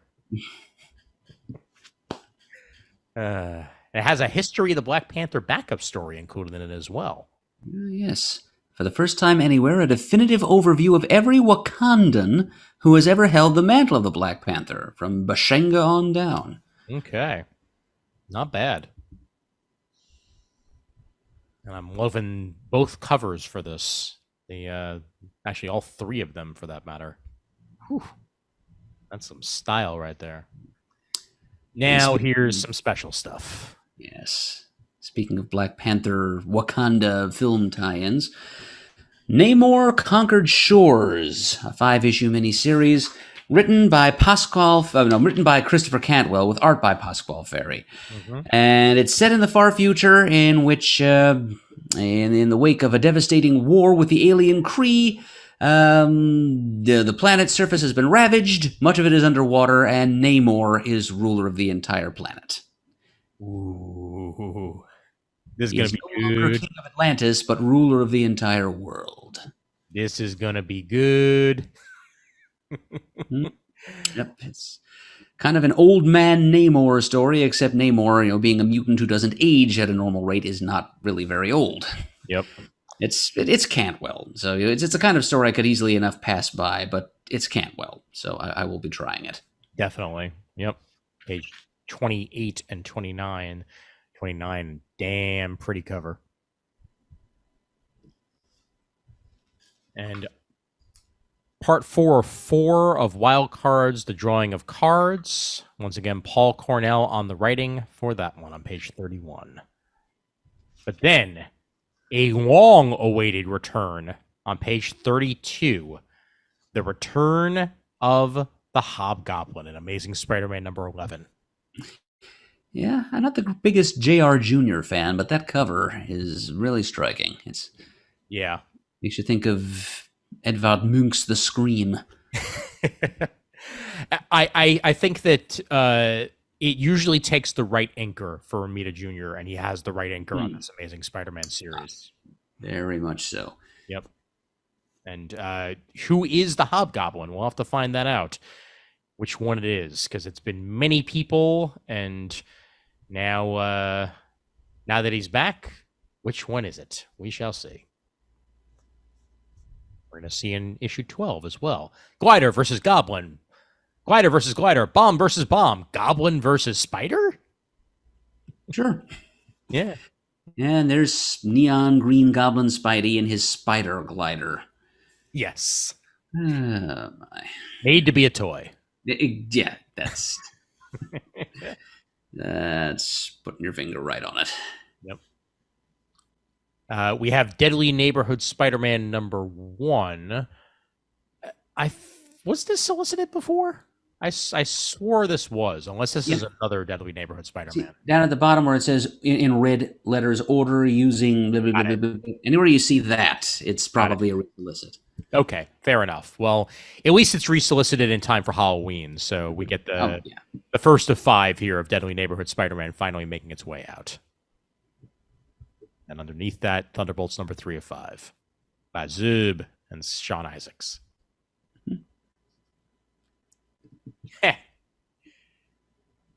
Page 35. We have Doom with Mjolnir and Cap's shield. Alternate reality Doom, possibly? It could be, but however, the Avengers are on their knees in chains and at the mercy of Dr. Doom. Their only hope lies in the one man with the strength, honor, and sheer decency to possibly stand against the oncoming darkness. The hero the world knows as Dr. Doom? So yeah, I think you're right. Yeah. Or maybe Cap just put on one of Doom's spare suits of armor, and because we already know we can lift the hammer. That's true. Yeah. Yeah, he did it to play games on Thor, whenever he was in the bathroom. Jeremy. Well, that's page 35 there.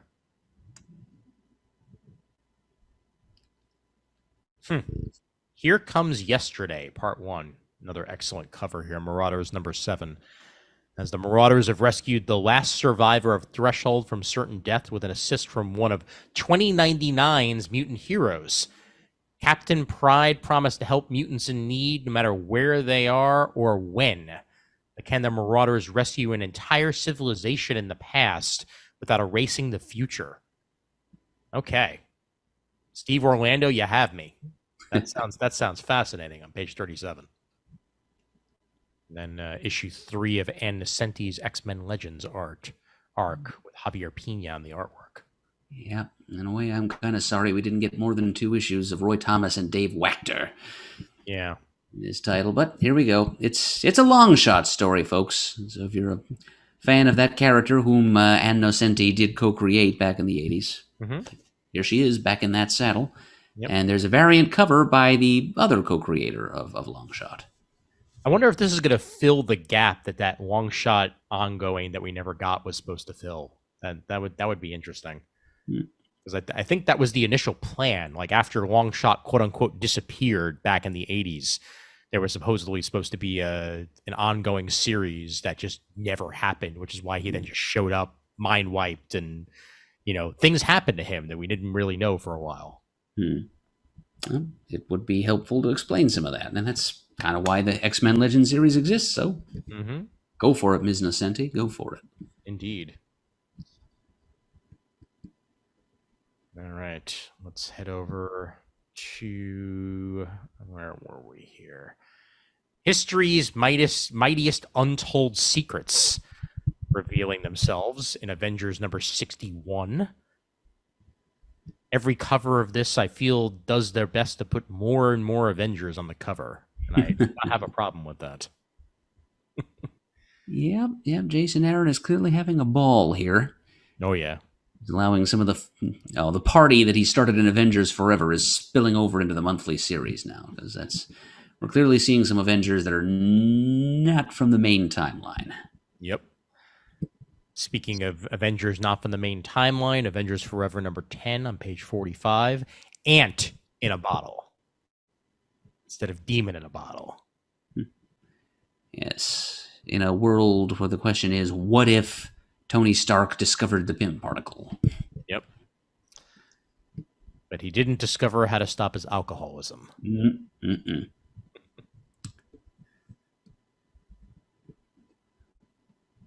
Punisher War Journal Brother by Torin Grombeck and Raphael Pimental on page 47. Old friends die hard. They sure do when you're a friend of the Punisher. That much is to say the least. Lady Bullseye failed. Lord Deathstrike failed. Every assassin sent to kill Frank fails. Does this one fail? We'll have to find out. Better than average chance, I'd say. Yeah, definitely. And Iron Cat number 5 of 5. We get the 5th issue of this Jed MacKay series. And look at that Hulkbuster on the cover. As it's about to squish the skulls of Tony Stark and Felicia Hardy. Damn.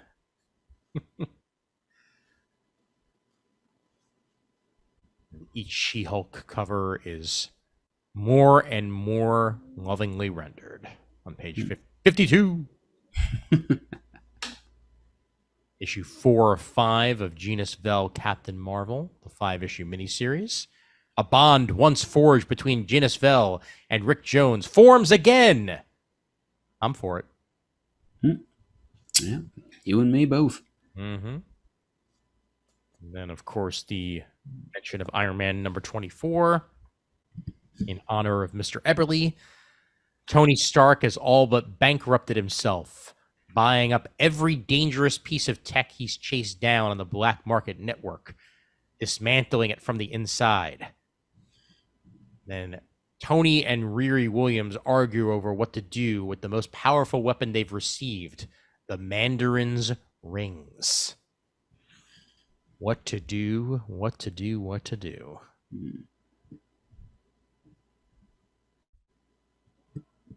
On 56, the next page, the variant's 5 of 5. I read issue 1 of that. And Gail, Simone, welcome back to Marvel. We have missed you.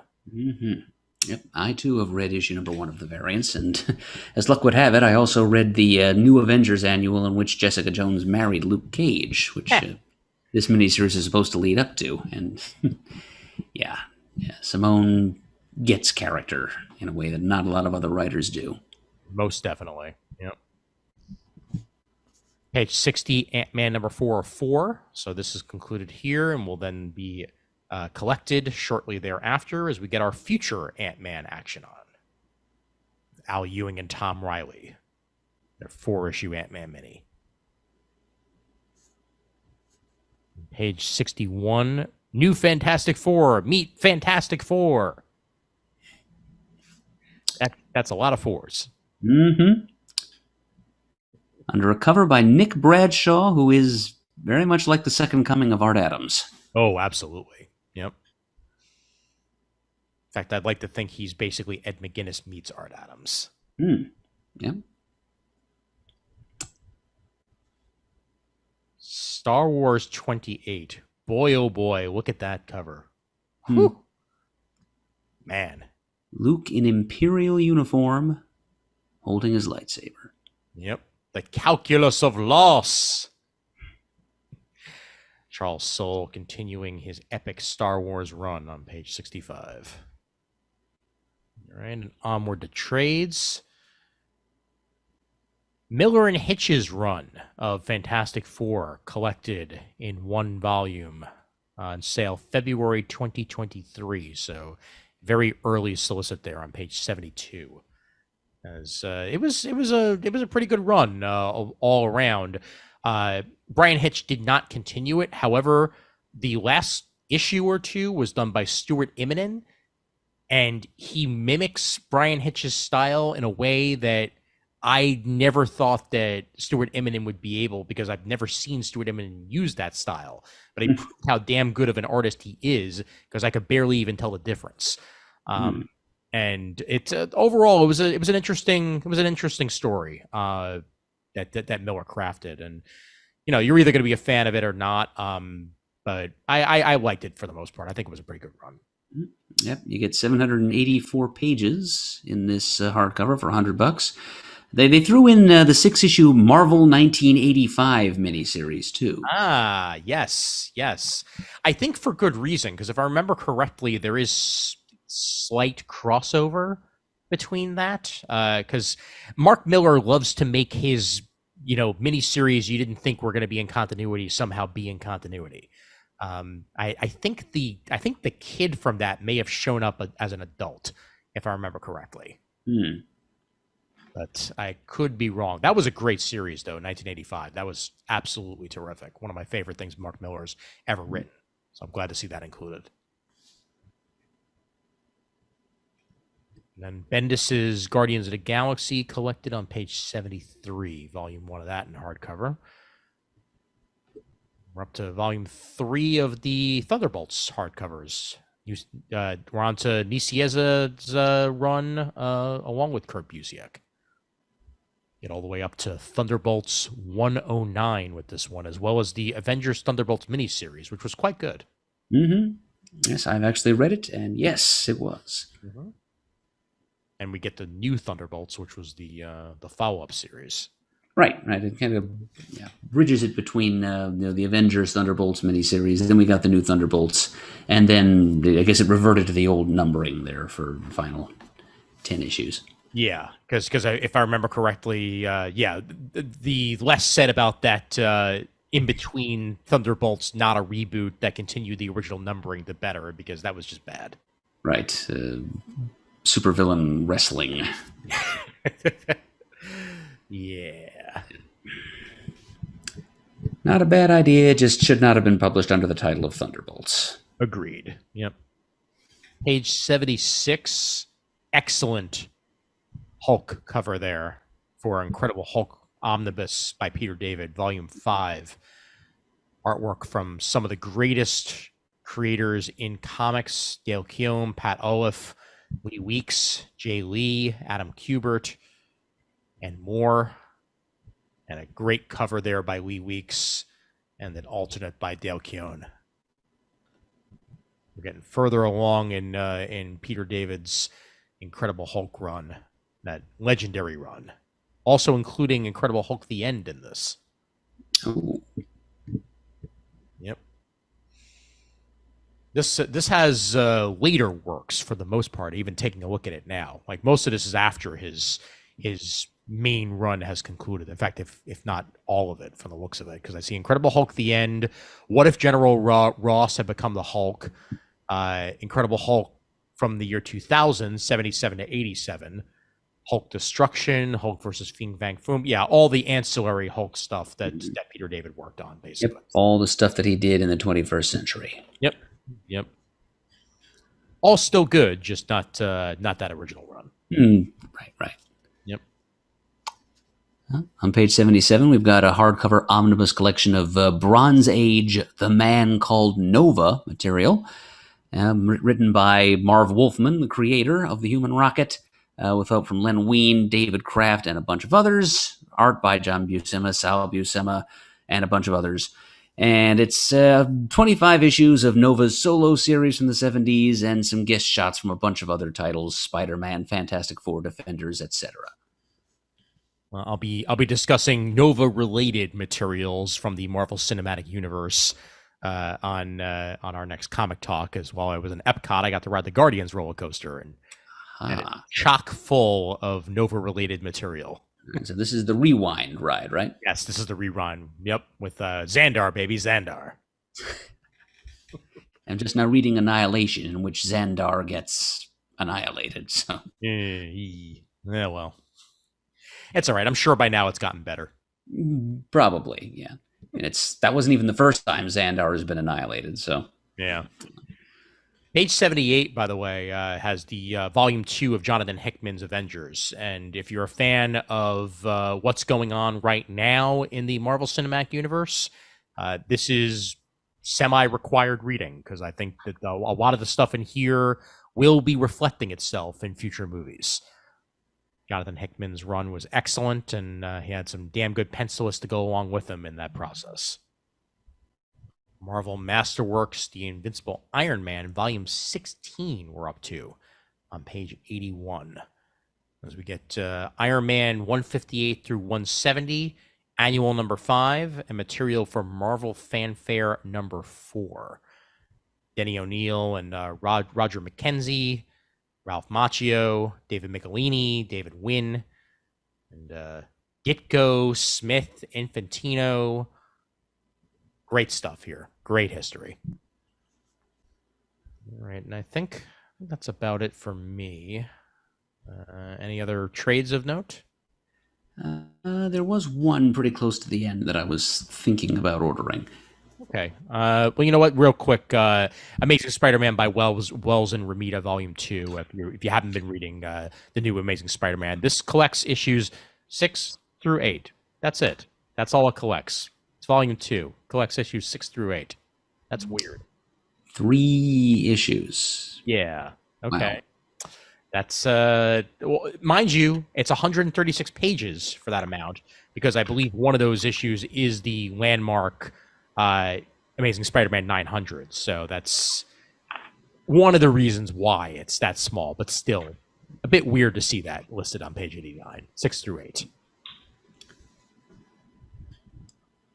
All right. What page am I on here? It's going to be page 98, right? Yep, right there. There we go. Yep. Iron Fist Epic Collection, The Fury of Iron Fist, trade paperback. Volume 1 in the Iron Fist Epic Collections, and it should be because it starts from Iron Fist's first appearance in Marvel Premiere number 15. It collects stories from Marvel Premieres 15 through 25, the first 15 issues of Iron Fist's solo series from the 70s, and his appearances in Marvel Team-Up number 63 and 64. So this is really getting in on the ground floor with this classic Marvel character with his Bronze Age debut. And this is stuff that was written by Chris Claremont and Roy Thomas and other writers, and there's some John Byrne artwork as well as some Larry Hama artwork. Ooh. I tend to forget that he was a penciler as well as a writer, but there it is. Also some Gil Kane material and Arvell Jones and Pat Broderick. Excellent. Yep, it's 500 plus pages for $50 in a 6.5 by 10.25 inch trim size. Well, for a solid $50, and sure you can get that mighty discounted at whatever your retailer of choice may be. And finally, I will mention on page number 101, unless you want to mention Executioner's Song. I will in passing, for what it means for the X-Men. It may not be the most coherent story at times. However, it was an era that made the X-Men. It catapulted them in a lot of different ways. And this was Lobdell, Lee, Nicieza, and David. Penciled by Will Spartacio, Rainey, Brandon Peterson, Jim Lee, Mark Teixeira, all those others. This was the major crossover that introduced Strife as a foil for Cable, and also is Professor Xavier dead or is he not, for the 59th time? But it made it matter at the time, and it was a fun story. It's just not one that really has a plot that makes a lick of sense when you actually have to think about it that much. But it's 90s action and violence and all of its fun and funness. Page 99. All right, here we go. 101. And on page 101, Mighty Marvel Masterworks, Namor the Submariner, Volume 1, The Quest Begins. So this is, let's see, this is classic Silver Age Namor. It's some of his first solo stories after being revived in Fantastic Four and played as a villain there for a while. But it's written by Stan Lee, art by Gene Colan and Wally Wood. Wow. And it collects guest shot in Daredevil #7, as well as the Namor stories from the Namor and Hulk co-headlined Tales to Astonish anthology, issues 70 through 80. So this 176 pages for $16. And I still can't believe I got to hold Daredevil #7 in my hands a few weeks ago. That was something special. I think it was the first 20 issues of Daredevil that my friend's godmother happened to have on her hands. So I've now held magic in my hands in many ways. Lovingly reader copies, but either way, glad to have experienced it. Mm-hmm. Yep. All right, terrific. That's it for Marvel, and onward we go to the rest of the book. And I will mention here on page 212, it is too cute to pass up. Spot It, Double Trouble, a graphic novel with gameplay, double the fun, activity pages, and bonus promo pack of cards included with each book. Talk about 90s. Derek Friedals and Gabrielle Bagnoli based this on the award-winning visual perception card game and created in cooperation with Asmodee and Zygomatic Game Studios. This is all about Dobley. He lives in a world filled with wonderful symbols that have power by finding matching pairs. The ne'er-do-well is so excited about his village's festival of matching, he can hardly sleep the night before. So when his impatience gets the best of him and finds himself trying to climb the great tree that will produce new pairs for the village, he also finds himself falling out of the tree and breaking all the branches on the way down, ruining the festival. It's now up to the wizard Zadok and his apprentices to find the magical seeds needed to repair the tree. And for those of you not following along on YouTube, the artwork makes it clear this is a world where the inhabitants are giant humanoid hands. Yeah. Yes, just giant hands with little legs and giant cyclopean eyeball in the middle of the palm. It makes for some interesting visuals. It most definitely does, yeah. And it's a very, very cartoony, visually vibrant world brought to life on pages 212 and 213 here from Ablaze. Let's get down to the rest of the, as now we're on to Creating Back to the Future, the Musical, a hardcover on page 220. As someone who got to see this in action, I am happy to see that it's coming to Broadway. So it will be making its way across the pond sometime in 2023. They haven't nailed down where it's going to be or when it's going to be yet, but Any of you in the New York area who get a chance to see it, you're going to have a great time. And this gives us the whole behind the scenes of how it happened in the first place, out of Abrams here on page 220, creating Back to the Future the musical, the hardcover by Michael Clastorn. Great Scott! And then right beneath it are two things that are one being offered again and one new Marvel Classic Blacklight Collectible Poster Portfolio 2 and the Marvel Classic Blacklight Collectible Portfolio Original, all there for you on 220. Things are famous for a reason, and boy, are they visually stunning. Yes, they certainly are. You know, Chris is very fond of these, and he gave me a repro of one. It was a Doctor Strange one, I believe, that I still display in what used to be my living space down here in Stone Harbor to this very day, which is a little studio apartment in the garden shed. Nice. Just cried out for something psychedelic. Oh, certainly, absolutely. There on the top of page 222 in the upper left, under Abrams Comic Arts, we've got an OGN called The Last Mechanical Monster.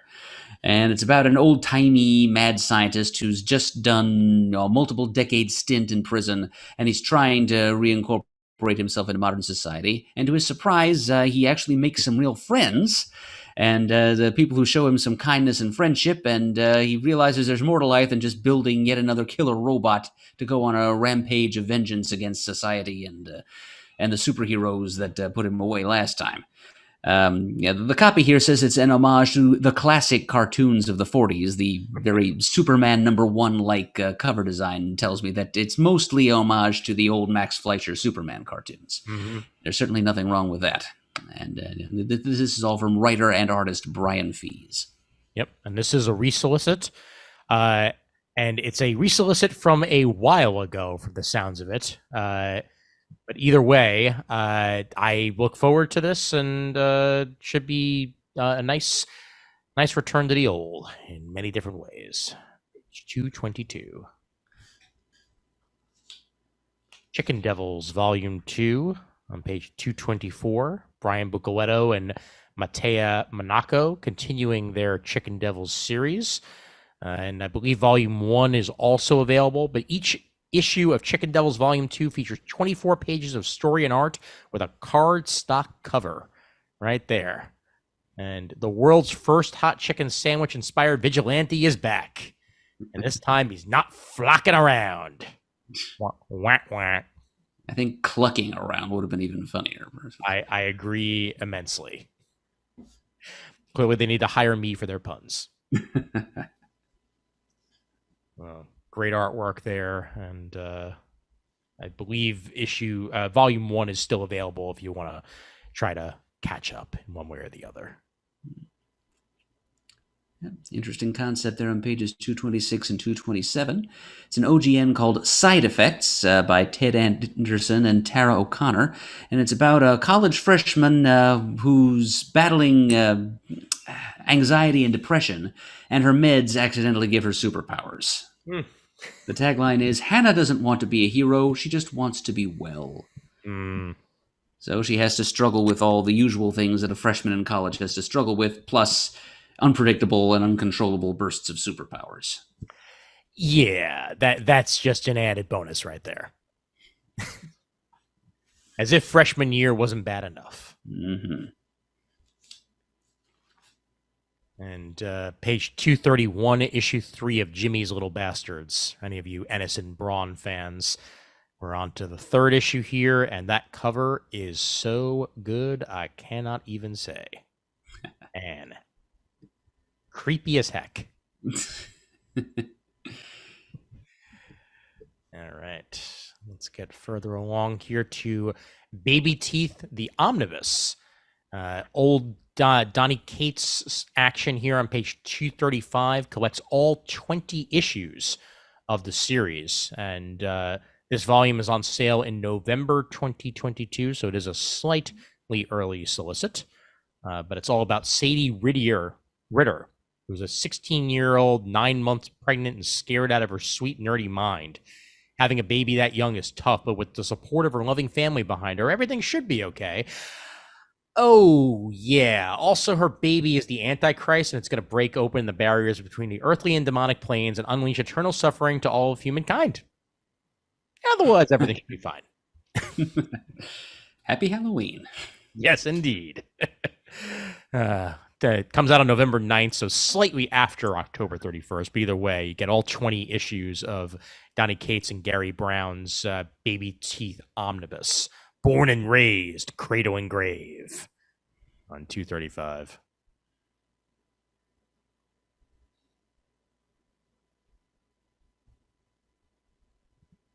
Out of Ahoy on page 239, get volume 1 of Guilt. In this fusion of the Golden Girls, Sex in the City, and the Twilight Zone. That's a combo. Alyssa Whitney and Marissette introduce unlikely time travelers Hildy and Trista. Hildy has a big secret. Her Manhattan apartment comes with a time portal and membership to Guilt, the Guild of Independent Lady Temporalists. Yeah, that sounds fantastic. The prime directive, do not alter the past without co-op board approval. Oh, man. It's like Quantum Leap meets Only Murders in the Building. That's... Yeah, it's more time travel fun. Yes, it is. And that's on page 239 right there. Page 240, Phil Folio gives us Girl Genius, the second journey of Agatha Heterodyne, volume 20, book 7. That's how long this thing has been going. Mm-hmm. It's been going on a good long time. Yeah, it's like 17 years now, I think. Yep. And Phil Folio, the longtime host of the Eisners for many, many, many years. Mm-hmm. And also the cosplay contest. Yes, that too. Yep. And there were a lot of running jokes at the cosplay contest that clearly people who had gone to 20 of them would know. But yeah, Phil Folio continues to put out Girl Genius. I'm happy to see that whenever I do. And if you want to catch yourself up, they have volume 1 available for the first time in hardcover on page 240 as well. Yeah, I bought my soft cover copy of that directly from Mr. Folio himself back at San Diego in 2006. Nice. He always wishes me a happy birthday on Facebook. He goes out of his way to do so. What a guy. Yep.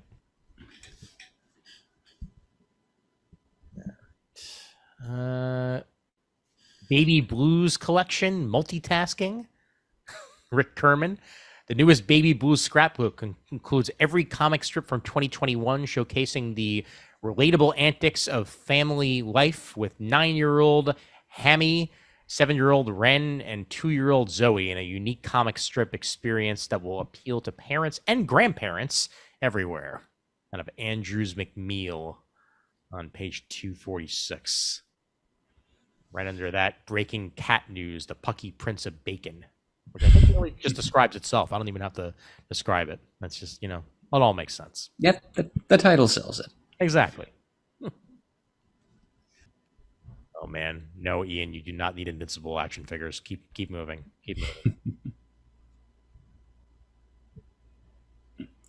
And then we get to Archie.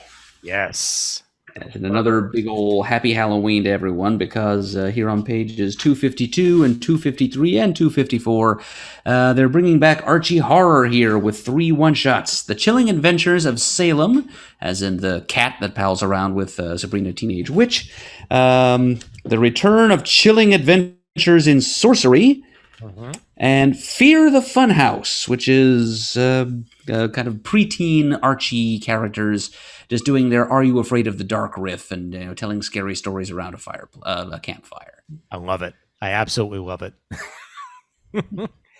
Or if you prefer your Archie classic styled, on page 255, they've also got an Archie's Halloween Spectacular. and several Archie Jumbo Comics digests along the bottom of that page, each of which has a brand new lead story of a seasonal Halloween or fall nature. Yep. Plenty of Archie for all you Archie fans this month in many different forms. On page 260, we get Boldly Go, Reflections on a Life of Awe and Wonder by William Shatner. So by night, a new biography with Joshua Brandon, all about the life of Shatner and where it's gone and where it will go. Do you think it includes his actual trip into space with Elon Musk? I may possibly. I certainly would include that in one way or another. So I guess it just really depends on when it was written. But Atria Books is putting that out on page 260, and I guess you'll have to read it to find out. And then right underneath that, Nerd Adventures in Fandom from this universe to the multiverse, which I point out almost entirely for the different fonts on the cover. Mm-hmm. Good use of comic book font there. To be sure. Yep. Especially that 90s Spider-Man font that they used for multiverse. And the author put her own name in the Harry Potter font, so she's covering a lot of bases there. Oh, yeah, absolutely. That's all on page 260. Let's scroll ourselves down a bit here. Year Zero gets a volume 0. Daniel Kraus and Goran Suzuka out of AWA. In this action-packed prelude to the hit series, it unveils 4 globe-spanning tales from the earliest days of the zombie apocalypse, when even the wildest rumors couldn't measure up to the horror to come. It's on page 268, on sale October 5th. And then on page 272, Spider-Man, A History and Celebration of the Web-Slinger. Yep. Well, something for Webhead's 60th anniversary. Yes, indeed. Yep. And this complete biography of one of Marvel's most beloved superheroes explores Spider-Man's development through behind-the-scenes anecdotes, images, and rarely seen interviews, spanning back in time to the very beginnings of Lee and Ditko's baby. Page 272 there. Matthew K. Manning is the one who put those together.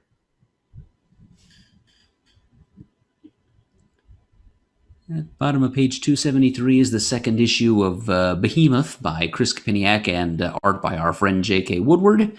It's about a girl named Teresa who is the victim of a military conspiracy to create monsters to use as secret military black op weapons. So her life as basically a superhuman war dog being kept on a leash with a bunch of other humanoid monsters. It's JK's art, and I've got the first issue. It's as good as I remember it from the last time it was. This concept came to light. Now it's out again with new life from the Black Caravan imprint of Scout Comics. Excellent. And then on the next page, 274, Destiny New York gets a Halloween special. Welcome to a world where magic is a real and accepted part of everyday life. Meet Meadow, a teenager attending a prophecy school in New York City to help her deal with her dark future. She has been destined to die. Meanwhile, a lovelorn barista visits a fortune teller and receives her own dark prediction. Fan favorite slice of life fantasy series, Destiny New York. Yep. Pat Shand on the writing and Rosie Camp on the cover, and Yolanda Zanferadino on the artwork. 274. Sounds likable. Yes, it does.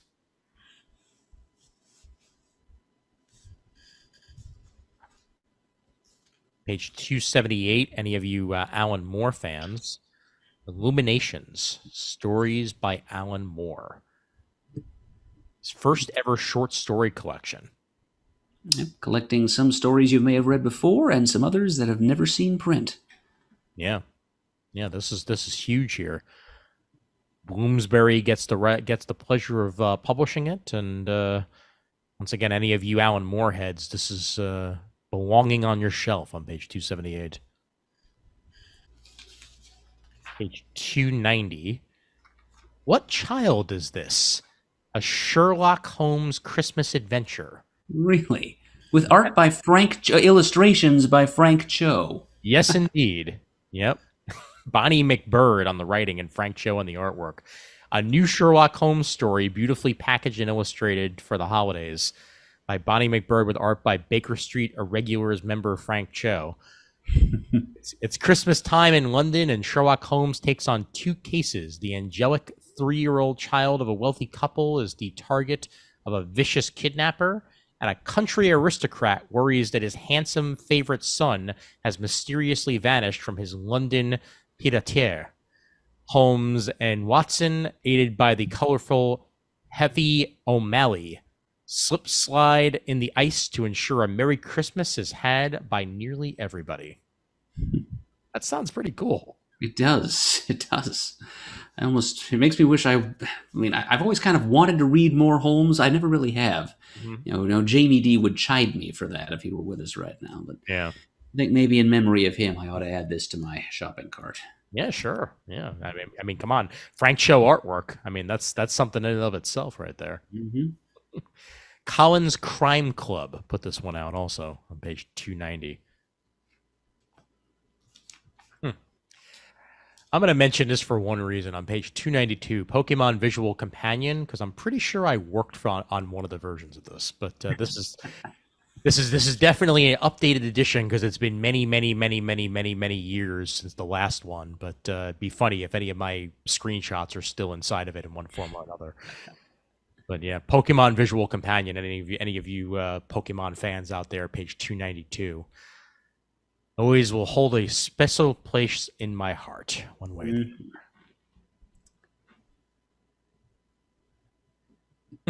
other. 295. Flesh-eating cheerleaders from outer space! Harkening back to the classic horror B-movies from the 60s, 70s, and 80s. It will set your hair on end with its horrifying action and its cannibalistic co-eds. Yes. Our cheerleaders are dying to eat you. Let's just say Happy Halloween and move on. Yes. Dren Productions, page 295. Ooh, wow. Yeah. Page 300. I think this one's going to be something special. Breath of the Giant, original graphic novel about grieving and acceptance. According to legends, the North is the home of giants whose breath has the power to bring the dead back to life. Sisters Iris and Sophia decide to go on a quest to steal this breath in order to resuscitate their dearly departed mother. They can count on magic, but above all, they will have to conquer their fears. And who's Fogus? The man following them from a distance. He too has lost a person dear to his heart and wants to bring them back at all costs. Will he prevent Iris and Sophia from being reunited with their mom? Page 300. Brilliant debut album from writer and artist Tom Ariella, described as the Lumberjanes meets the Hobbit. I'd throw Full Metal Alchemist in there as well, for that matter. Sure, I can see that. A pair of siblings with magic powers questing to resurrect a lost loved one. That definitely fits. Yep, absolutely. Yep, suitable for all ages. Yep, and holy cow, that artwork. Yeah, that giant clay monster that they're fighting there. Man alive, yep. Looks like a huge gingerbread man.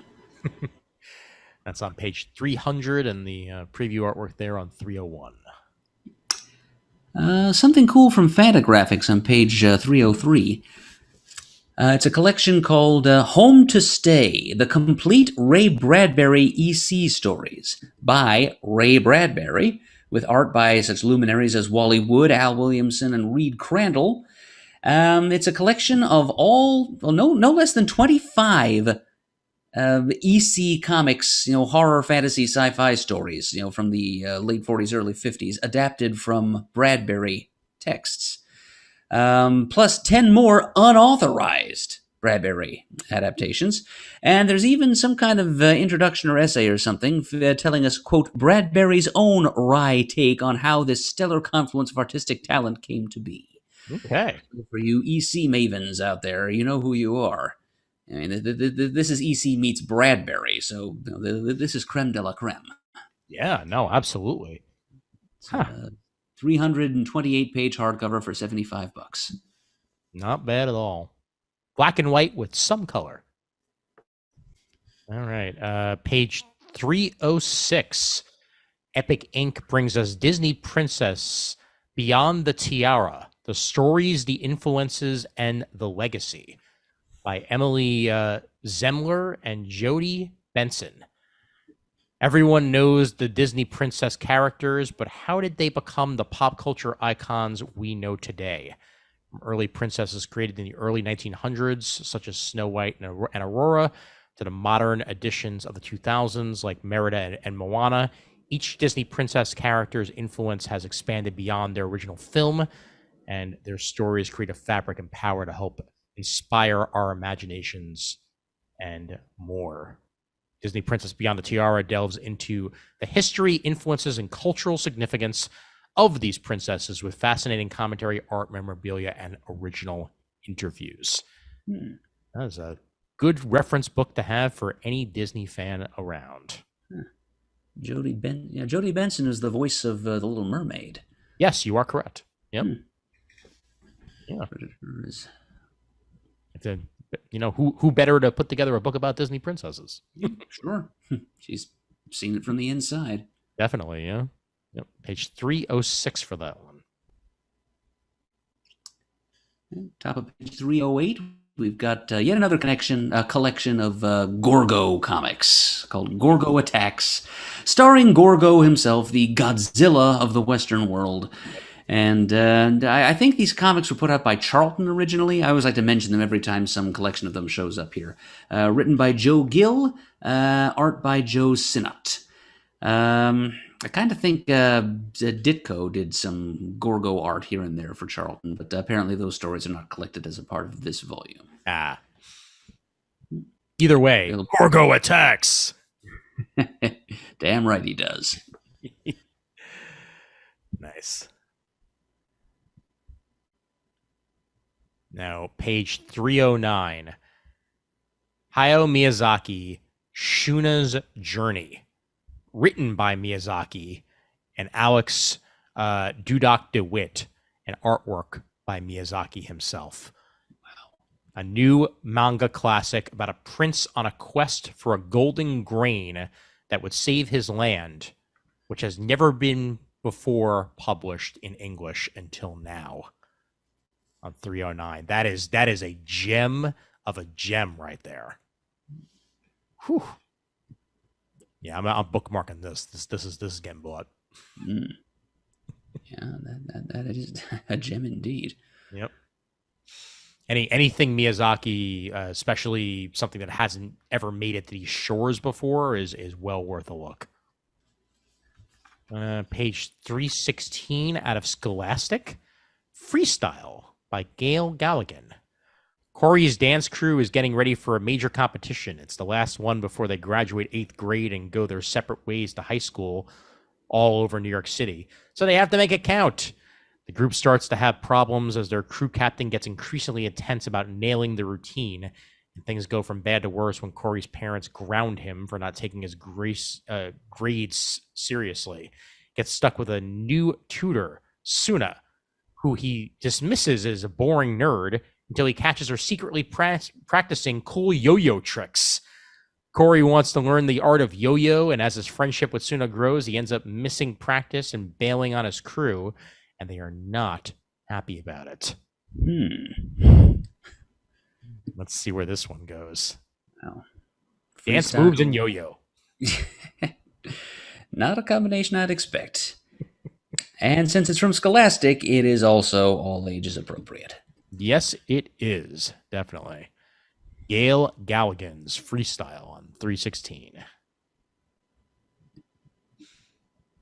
And there's a all ages Miles Morales graphic novel also coming out. I assume through Scholastic. Yeah, that is still Scholastic. So they're putting out their own with Justin A. Reynolds on the writing and Pablo Leon putting out a all ages Miles Morales graphic novel. For classical music lovers, something you don't see every month, on page 324, there's a Beethoven comic coming out. It's from Humanoids. It's written and drawn by Régis Penet, and it's called Beethoven: A Stand for Freedom, and it relates a particular episode from Beethoven's life in which an Austrian patron of his tries to get him to play for boorish occupying forces, and Beethoven refuses to do it. Okay. Yeah, interesting.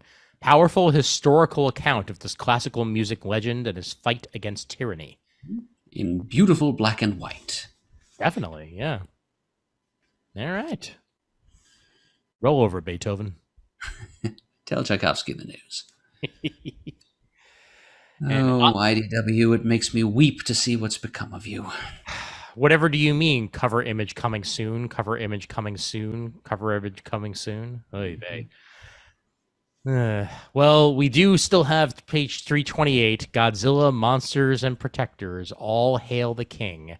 Eric Burnham putting out a Godzilla tale for us all. It's been a year, and to Cedric's dismay, there have been no more Godzilla sightings.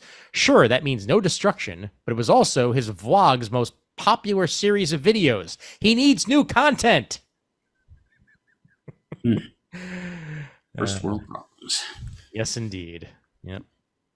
Well, Eric Burnham working on Godzilla is something I most definitely approve of. And then Star Trek Discovery Adventures in the 32nd Century trade paperback on page 328. It's got a kitty on the cover. So it does. And a reminder, available only in the United States, U.S. territories, Canada, Australia, New Zealand, and the UK. That's it.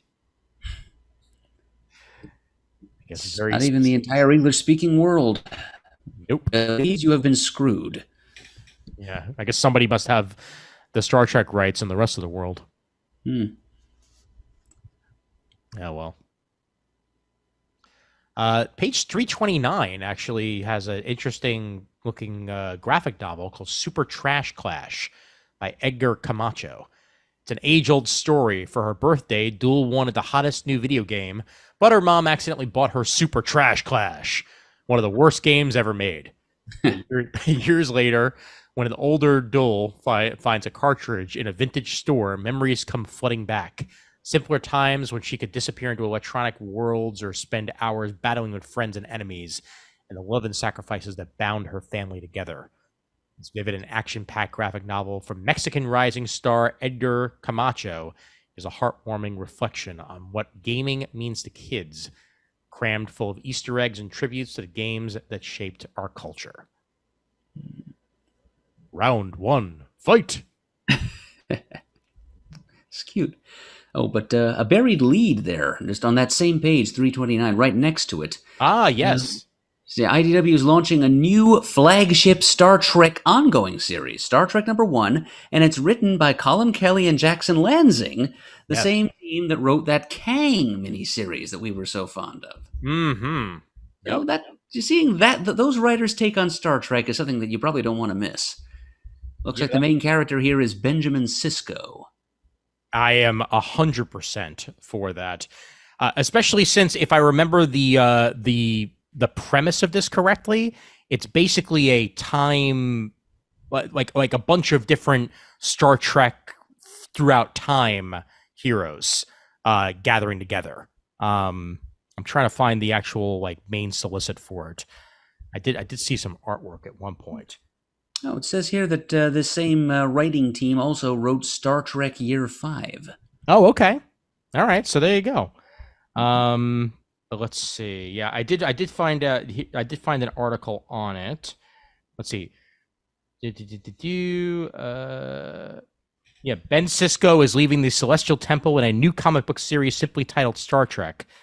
And in it, the big secret to this series, how we're attempting to stay canonical and give the television series the room to breathe, is by setting this story in the roughly 2-year period between the return of Voyager for the Delta Quadrant and the events of Star Trek Nemesis.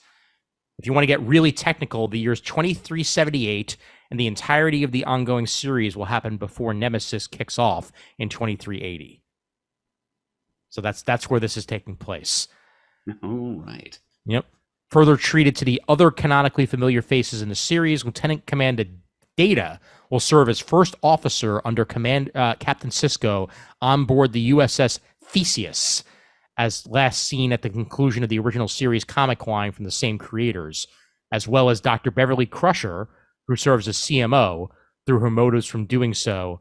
Her motives for doing so are to try to better understand her own son Wesley's ascension to a higher realm, and hopes that working for Sisko will help her do so. Yeah, this sounds awesome. Yeah, these guys know whereof they speak, clearly. They most definitely do, yeah. And I found artwork of the crew in action, so I will share that real quick, and then I'll switch back to the book. But as you can see there, we get Sisko and the rest, and it's that type of artwork that I like, where it evokes the actors, but it's not so strikingly realistic that it looks stiff. Right. They're not slavishly trying to recreate the facial features and just throwing all kinds of lines on the page. And yeah, you're right that does completely calcify the entire effect. Yep. So job well done all around there, and I'm definitely gonna have to check this one out. Star Trek #1. And then on the next page, 330, we get a full start of Teenage Mutant Ninja Turtles compendium. This has a lot in it. 832 pages of black and white hardcover Ninja Turtles action. Wow. Collecting Mirage Studios 1 through 7 and 9 through 14 of the original TMNT series, the micro series one-shots for each of the 4 turtles, Fugitoid #1, and Tales of TMNT 1 through 5. Yeah. A lot of Turtles action right there. All right, and that is it for IDW. So we'll move forward. Again, very light on the material there from IDW, unfortunately, but at least we got some Star Trek. Yeah. Yes, we did, and it looks like some good Star Trek too. Yep. Oh, page 336, Dune, the official movie graphic novel. So if you wanted a graphic novel interpretation of the Dune movie that recently came out, which is still available for watch on HBO Max, then Lila Sturgis and Drew Johnson have that for you out of Legendary Comics, and the second Dune movie will be coming soon. So if you want to catch yourself up in book form, you can on 336. And hopefully the second movie will complete one book. Yes. Hopefully the second movie will complete a movie. Yes. That first half of movie was pretty darn good, though. I'll tell you it was. I gotta admit. Yep. Now, 337 is that's what we're talking about right there. Star Trek, Trek the Halls, baby. Yeah. Aimed maybe at a slightly younger audience than the Sherlock Holmes Christmas thing, but yes. It's a picture book, but it has Janeway with coffee on the cover, so that's really all I need to say. Yep, Spock in an ugly sweater. Yep. There's coffee in that nebula. Live long and wassail. Nice. Was that what you were going to call out on the page, or was there another one? Nope. I was actually looking ahead to page 338, which is excellent. Right there. It's a spotlight thing. It's the creative team is Cullen Bunn and Andrea Muti. Oof. Name creators there. It's called A Legacy of Violence, and it's a suspense thriller. Yep. Yeah, masters of horror, as they put it, and they ain't kidding. Colin Bunn and Andrea Moody bring us Dr. Nick Shaw, an honest doctor just trying to help people. One day, when a patient gets out of control, Nick suddenly begins recalling past memories he'd kept hidden away. That's when he decides to join Doctors Without Borders and head straight for Central America. His past still comes calling. The serial killer on the loose in the small town of Desante, Honduras. Nick's flashbacks begin to intensify and become clearer. Was Nick meant to go to Honduras? Is this all part of the killer's plan? Ooh. Suspenseful. But again, it's the creators that really sell it. Oh, absolutely. Yep. On page 342, Fists Raised, 10 Stories of Sports Star Activists, a hardcover by Kareem Najari and Chloe Solarian. What does Muhammad Ali, the greatest boxer of all time, have in common with Megan Rapinoe, the badass pink-haired female soccer player? They achieved perfection, won medals, and lived the glory. But it is above all their raised fists when at a time of their envied existences, they dared to sacrifice their privileges to defend a cause greater than their status of adulated champion. Fists Raised, 10 Stories of Sports Star Activists out of NBM.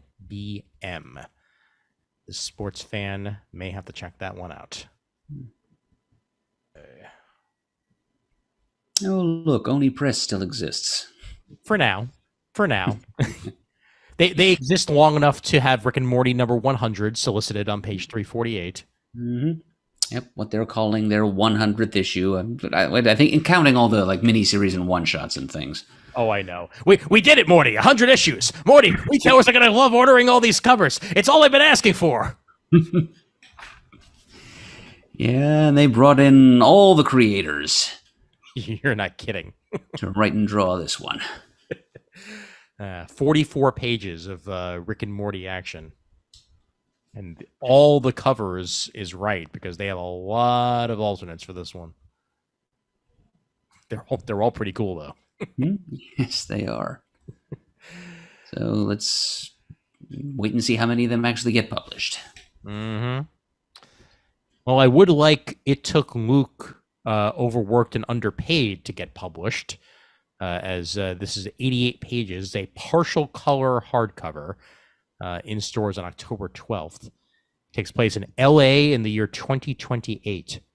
Down on their luck, exterminator Sal Hernandez is sick of long hours and living in their work van. They're ready to quit their job and reconcile with their estranged partner. The only thing standing in their way is one last shift. What seems like a routine call quickly gets out of hand when a proselytizing mass of flesh abducts Sal's newest coworker. Those are words you don't hear every day. Luke, and turns their exterminator job into a rescue mission. Page 350. It Took Luke. Yes, it did. And I want to see what it is because that looks pretty interesting. You know, it's a real shame what's going on with Oni because all this stuff looks really good this month, and I hope that all of it actually makes it to comic shops in one way or the other. Especially Krampus, a Yuletide Adventure on 356. Yep, collecting the fan-favorite original holiday series by Brian Joines, a name I know, and illustrated by Dean Kotz. Yep. When Krampus has to come to the rescue of the secret society of Santa Clauses who've been robbed of their holiday magic. Yeah, I like the cover treatment anyway. Oh, yeah, definitely. 136 pages, $21.99. Page 356. Scroll down a bit more here. Bill and Ted Present Death, a one-shot by Eric Burnham and John Barber, continuing the resurrection of the Bill and Ted comic book adventures. This one focuses entirely on their good friend Death. looks like a few different stories of the Bill and Ted version of the Grim Reaper, including when he comes to collect Rufus. Yes. And look at that cover price, $6.66. Oh yeah. That's what every single one of these Halloween one-shots should be charging for their books. No more, no less. $6.66. Yeah. But only Opus Comics dared. Indeed. $3.68 for that one.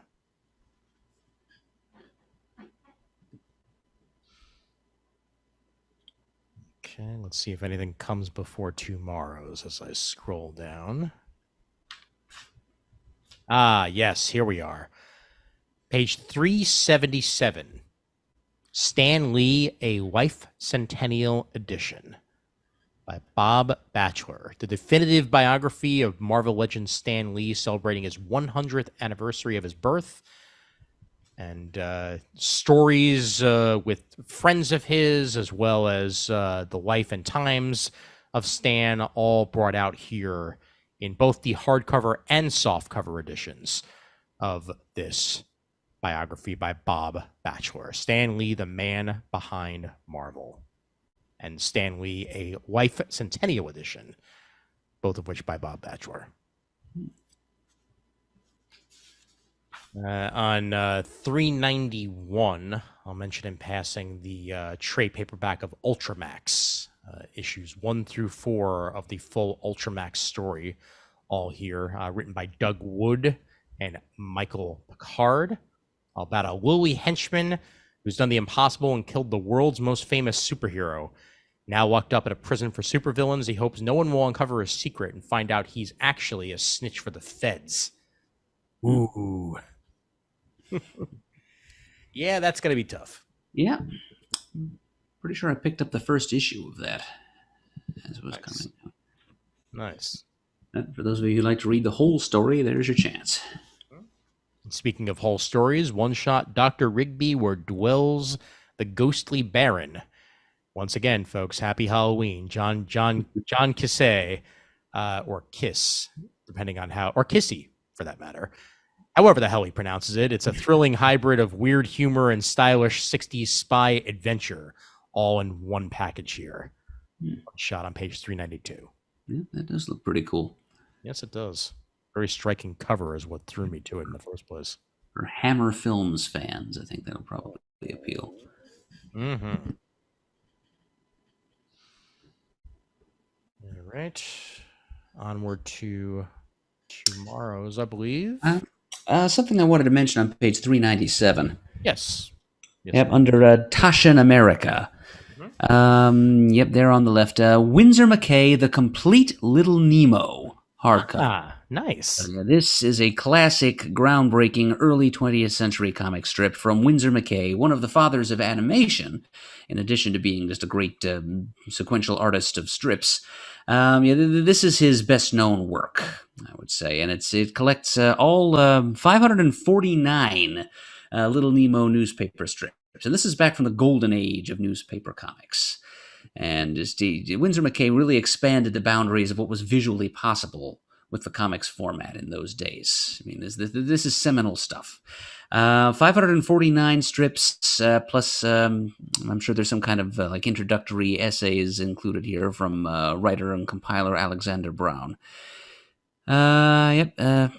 Yep. Brown places Winsor McCay's life and work within the cultural history of the U.S. media and entertainment industry and explores the immense art historical value of McCay's dream narrative. It is the story of a little boy named Nemo who has adventures in Slumberland or Dreamland. And be forewarned, since this is an early 20th century comic, there are some potentially offensive ethnic stereotypes involved. So if you're easily by that kind of thing, just be forewarned. But yeah, its importance to comics history is undeniable, and it's just really visually stunning stuff in its own right. Excellent. Well, happy to see collected. Definitely. Here we are at tomorrow's, and on 4/11, Alter Ego 179.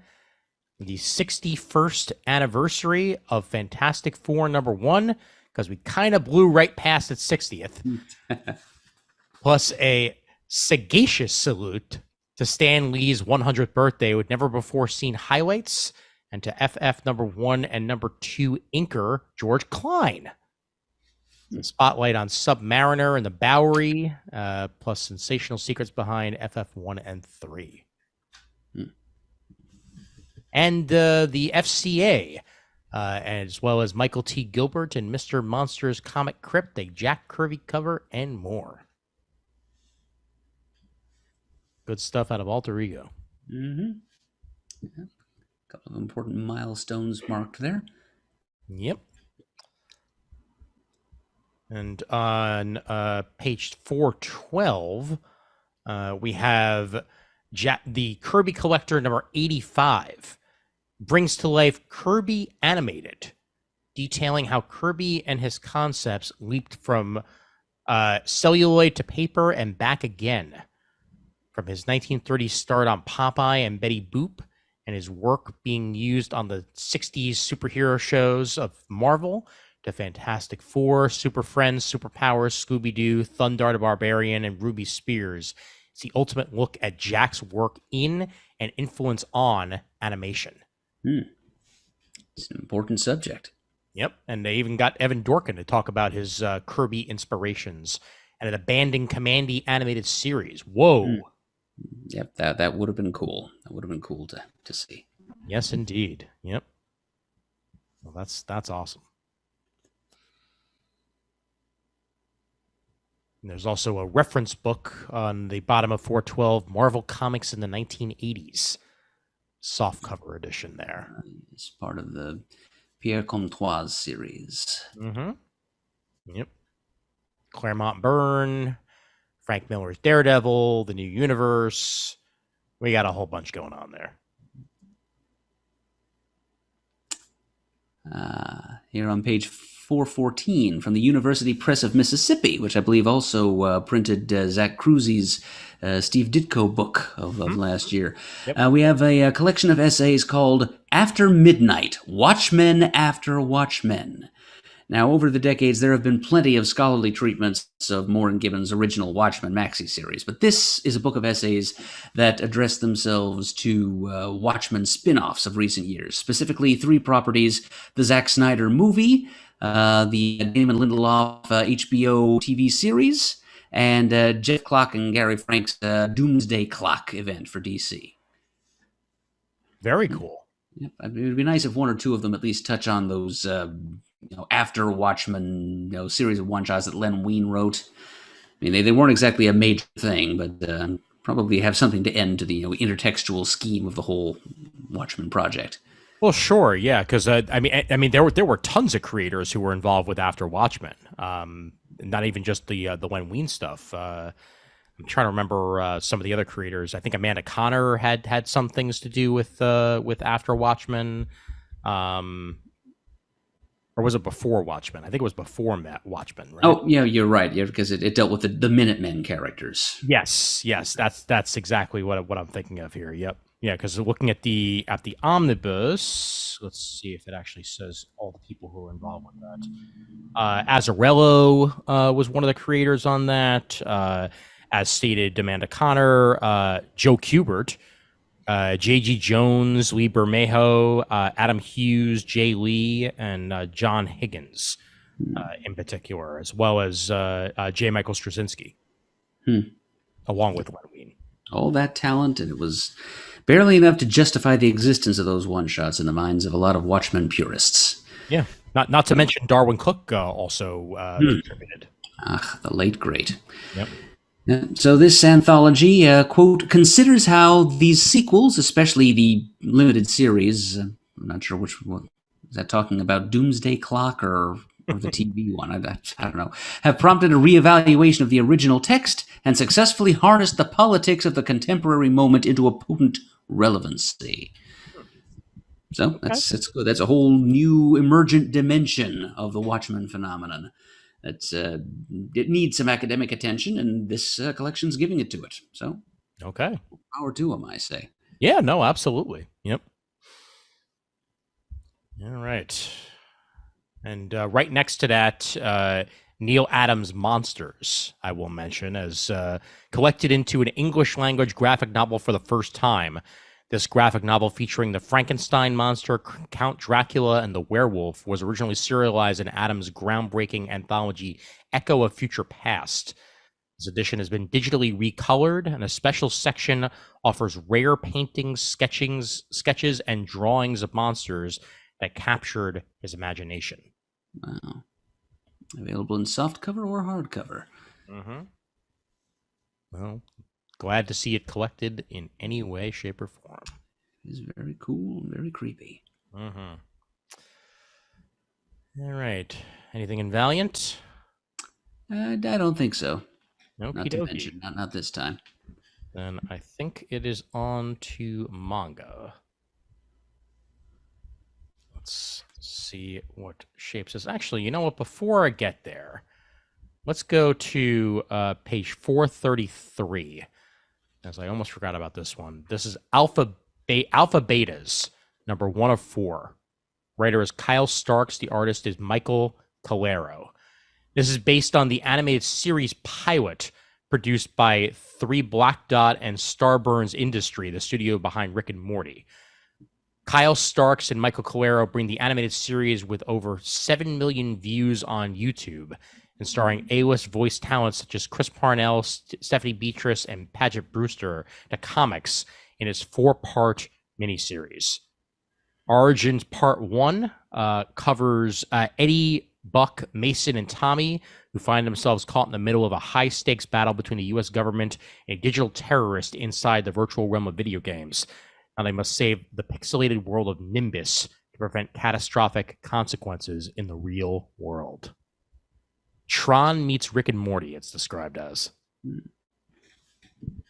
Have you seen this thing on YouTube, Ian? I have not, and now I'm going to, because I kind of didn't know it existed. I'm sure I probably did at one point and then immediately forgot, and now I need to remind myself because this has excellent creators behind it, and I love the art style and the general premise. So yeah, this is for me clearly. Alpha Betas. And now onward to Manga, and there's my Mob Psycho, so I know where I am. Happy Halloween, Mob Psycho. Yep. Page 453. Dan Dan Dan. Or Dun Dun Dun. Volume 1. Story and art by Yakanobu Tatsu. It's an action-paced supernatural rom-com featuring a crazy cast of characters with some questionable paranormal battle tactics. That's one way of putting it.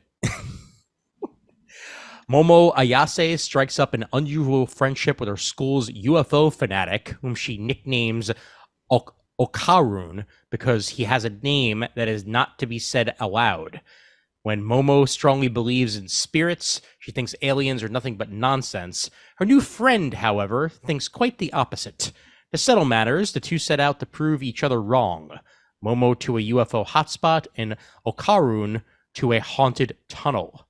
What unfolds next is a beautiful story of young love and oddly horny aliens and spirits. Okay, there's your hentai angle. Yeah. Dun dun dun. It is a fun title to say. Yes, it very much is. Well, let's try to find something a little more tame for our next one here. Let's see. Oh, look, they're on 471. There's Gaiabano Holiday. I get to reorder that for the 4th time now. Oh, yeah, there you go. And resolicited and re-resolicited and re-re-resolicited. I want to read this far-fetched fruit-finding fable. Oh, but I'm not getting the chance. They just keep canceling it on me. It's okay. It's scheduled to ship in October 2022. So clearly, this time it's going to. All right. We swear.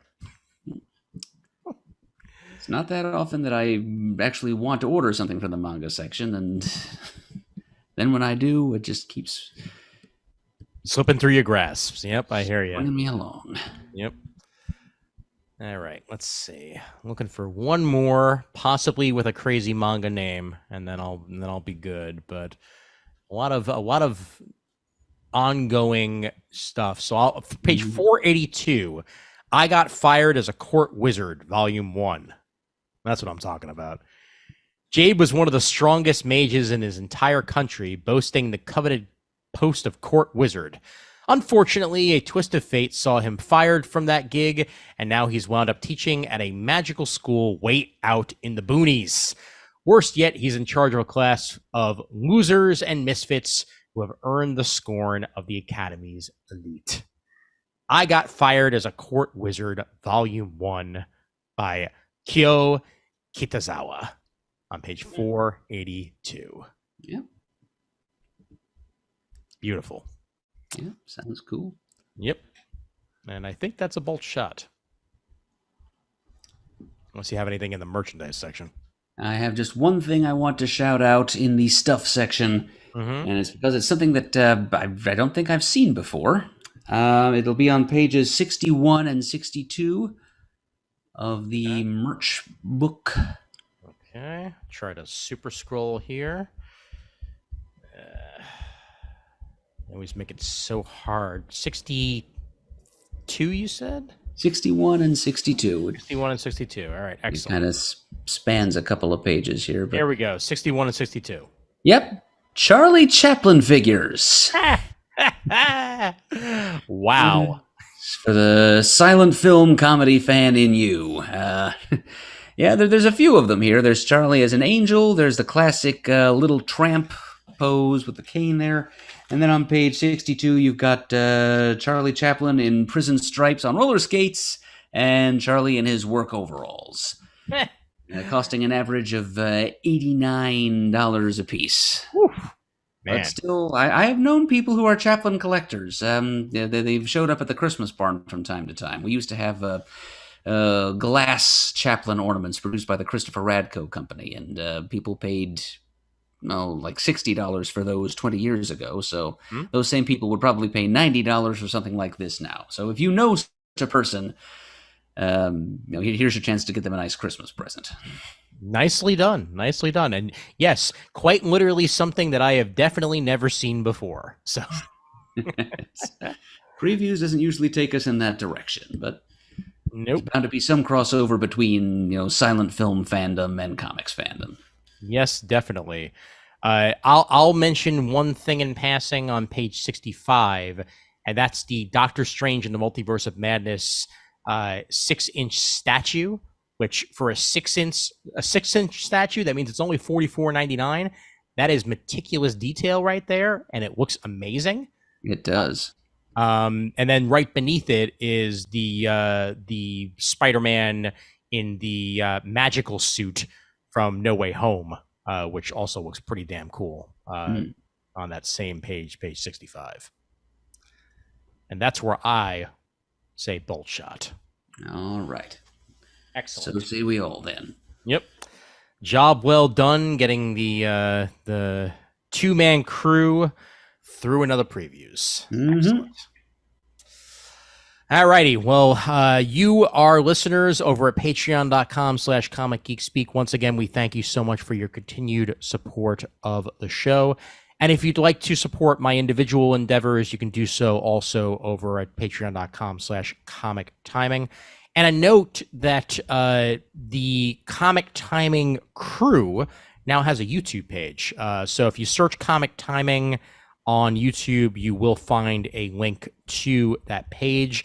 And Brandon and Brent and Raph are putting together their own stuff right now on the page, sort of as in-betweeners. So when we don't have full episodes, they can still have some Comic Timing content out there one way or the other.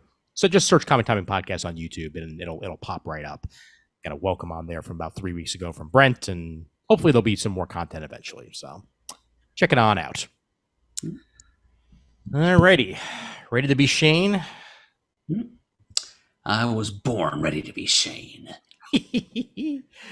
All right. Well, then the floor is yours. All right. If you would like to send us an email, our email address is comicgeekspeak@gmail.com. If you'd like to leave a voicemail, you can call 267-702-6642. You can like us on Facebook, or you can also join our Comic Geek Speak super group on Facebook, where you can leave feedback about this and many other episodes of the podcast, and just start discussion threads with your fellow CGS listeners and fans about any geeky topic you want. It's a free-for-all. You can also go to the comicforums.vanillacommunity.com, our original online forum presence, and you can do pretty much the same thing there. You can follow us on Twitter, where our handle is @ComicGeekSpeak. You can go to youtube.com/ComicGeekSpeak to see video-enabled versions of all of our recent episodes, including this one. It's a big help when you're trying to follow along with us on the previews catalog episodes. You can see what we're seeing and, appreciate what we're bringing to your attention that much more with the graphic dimension there. We give special thanks, as always, to those of you who have donated monetarily to the show recently or in the distant past via Patreon or otherwise. We do appreciate it, and the show would not be what it is today without your support. And as always, we are uniting the world's mightiest heroes, one listener at a time.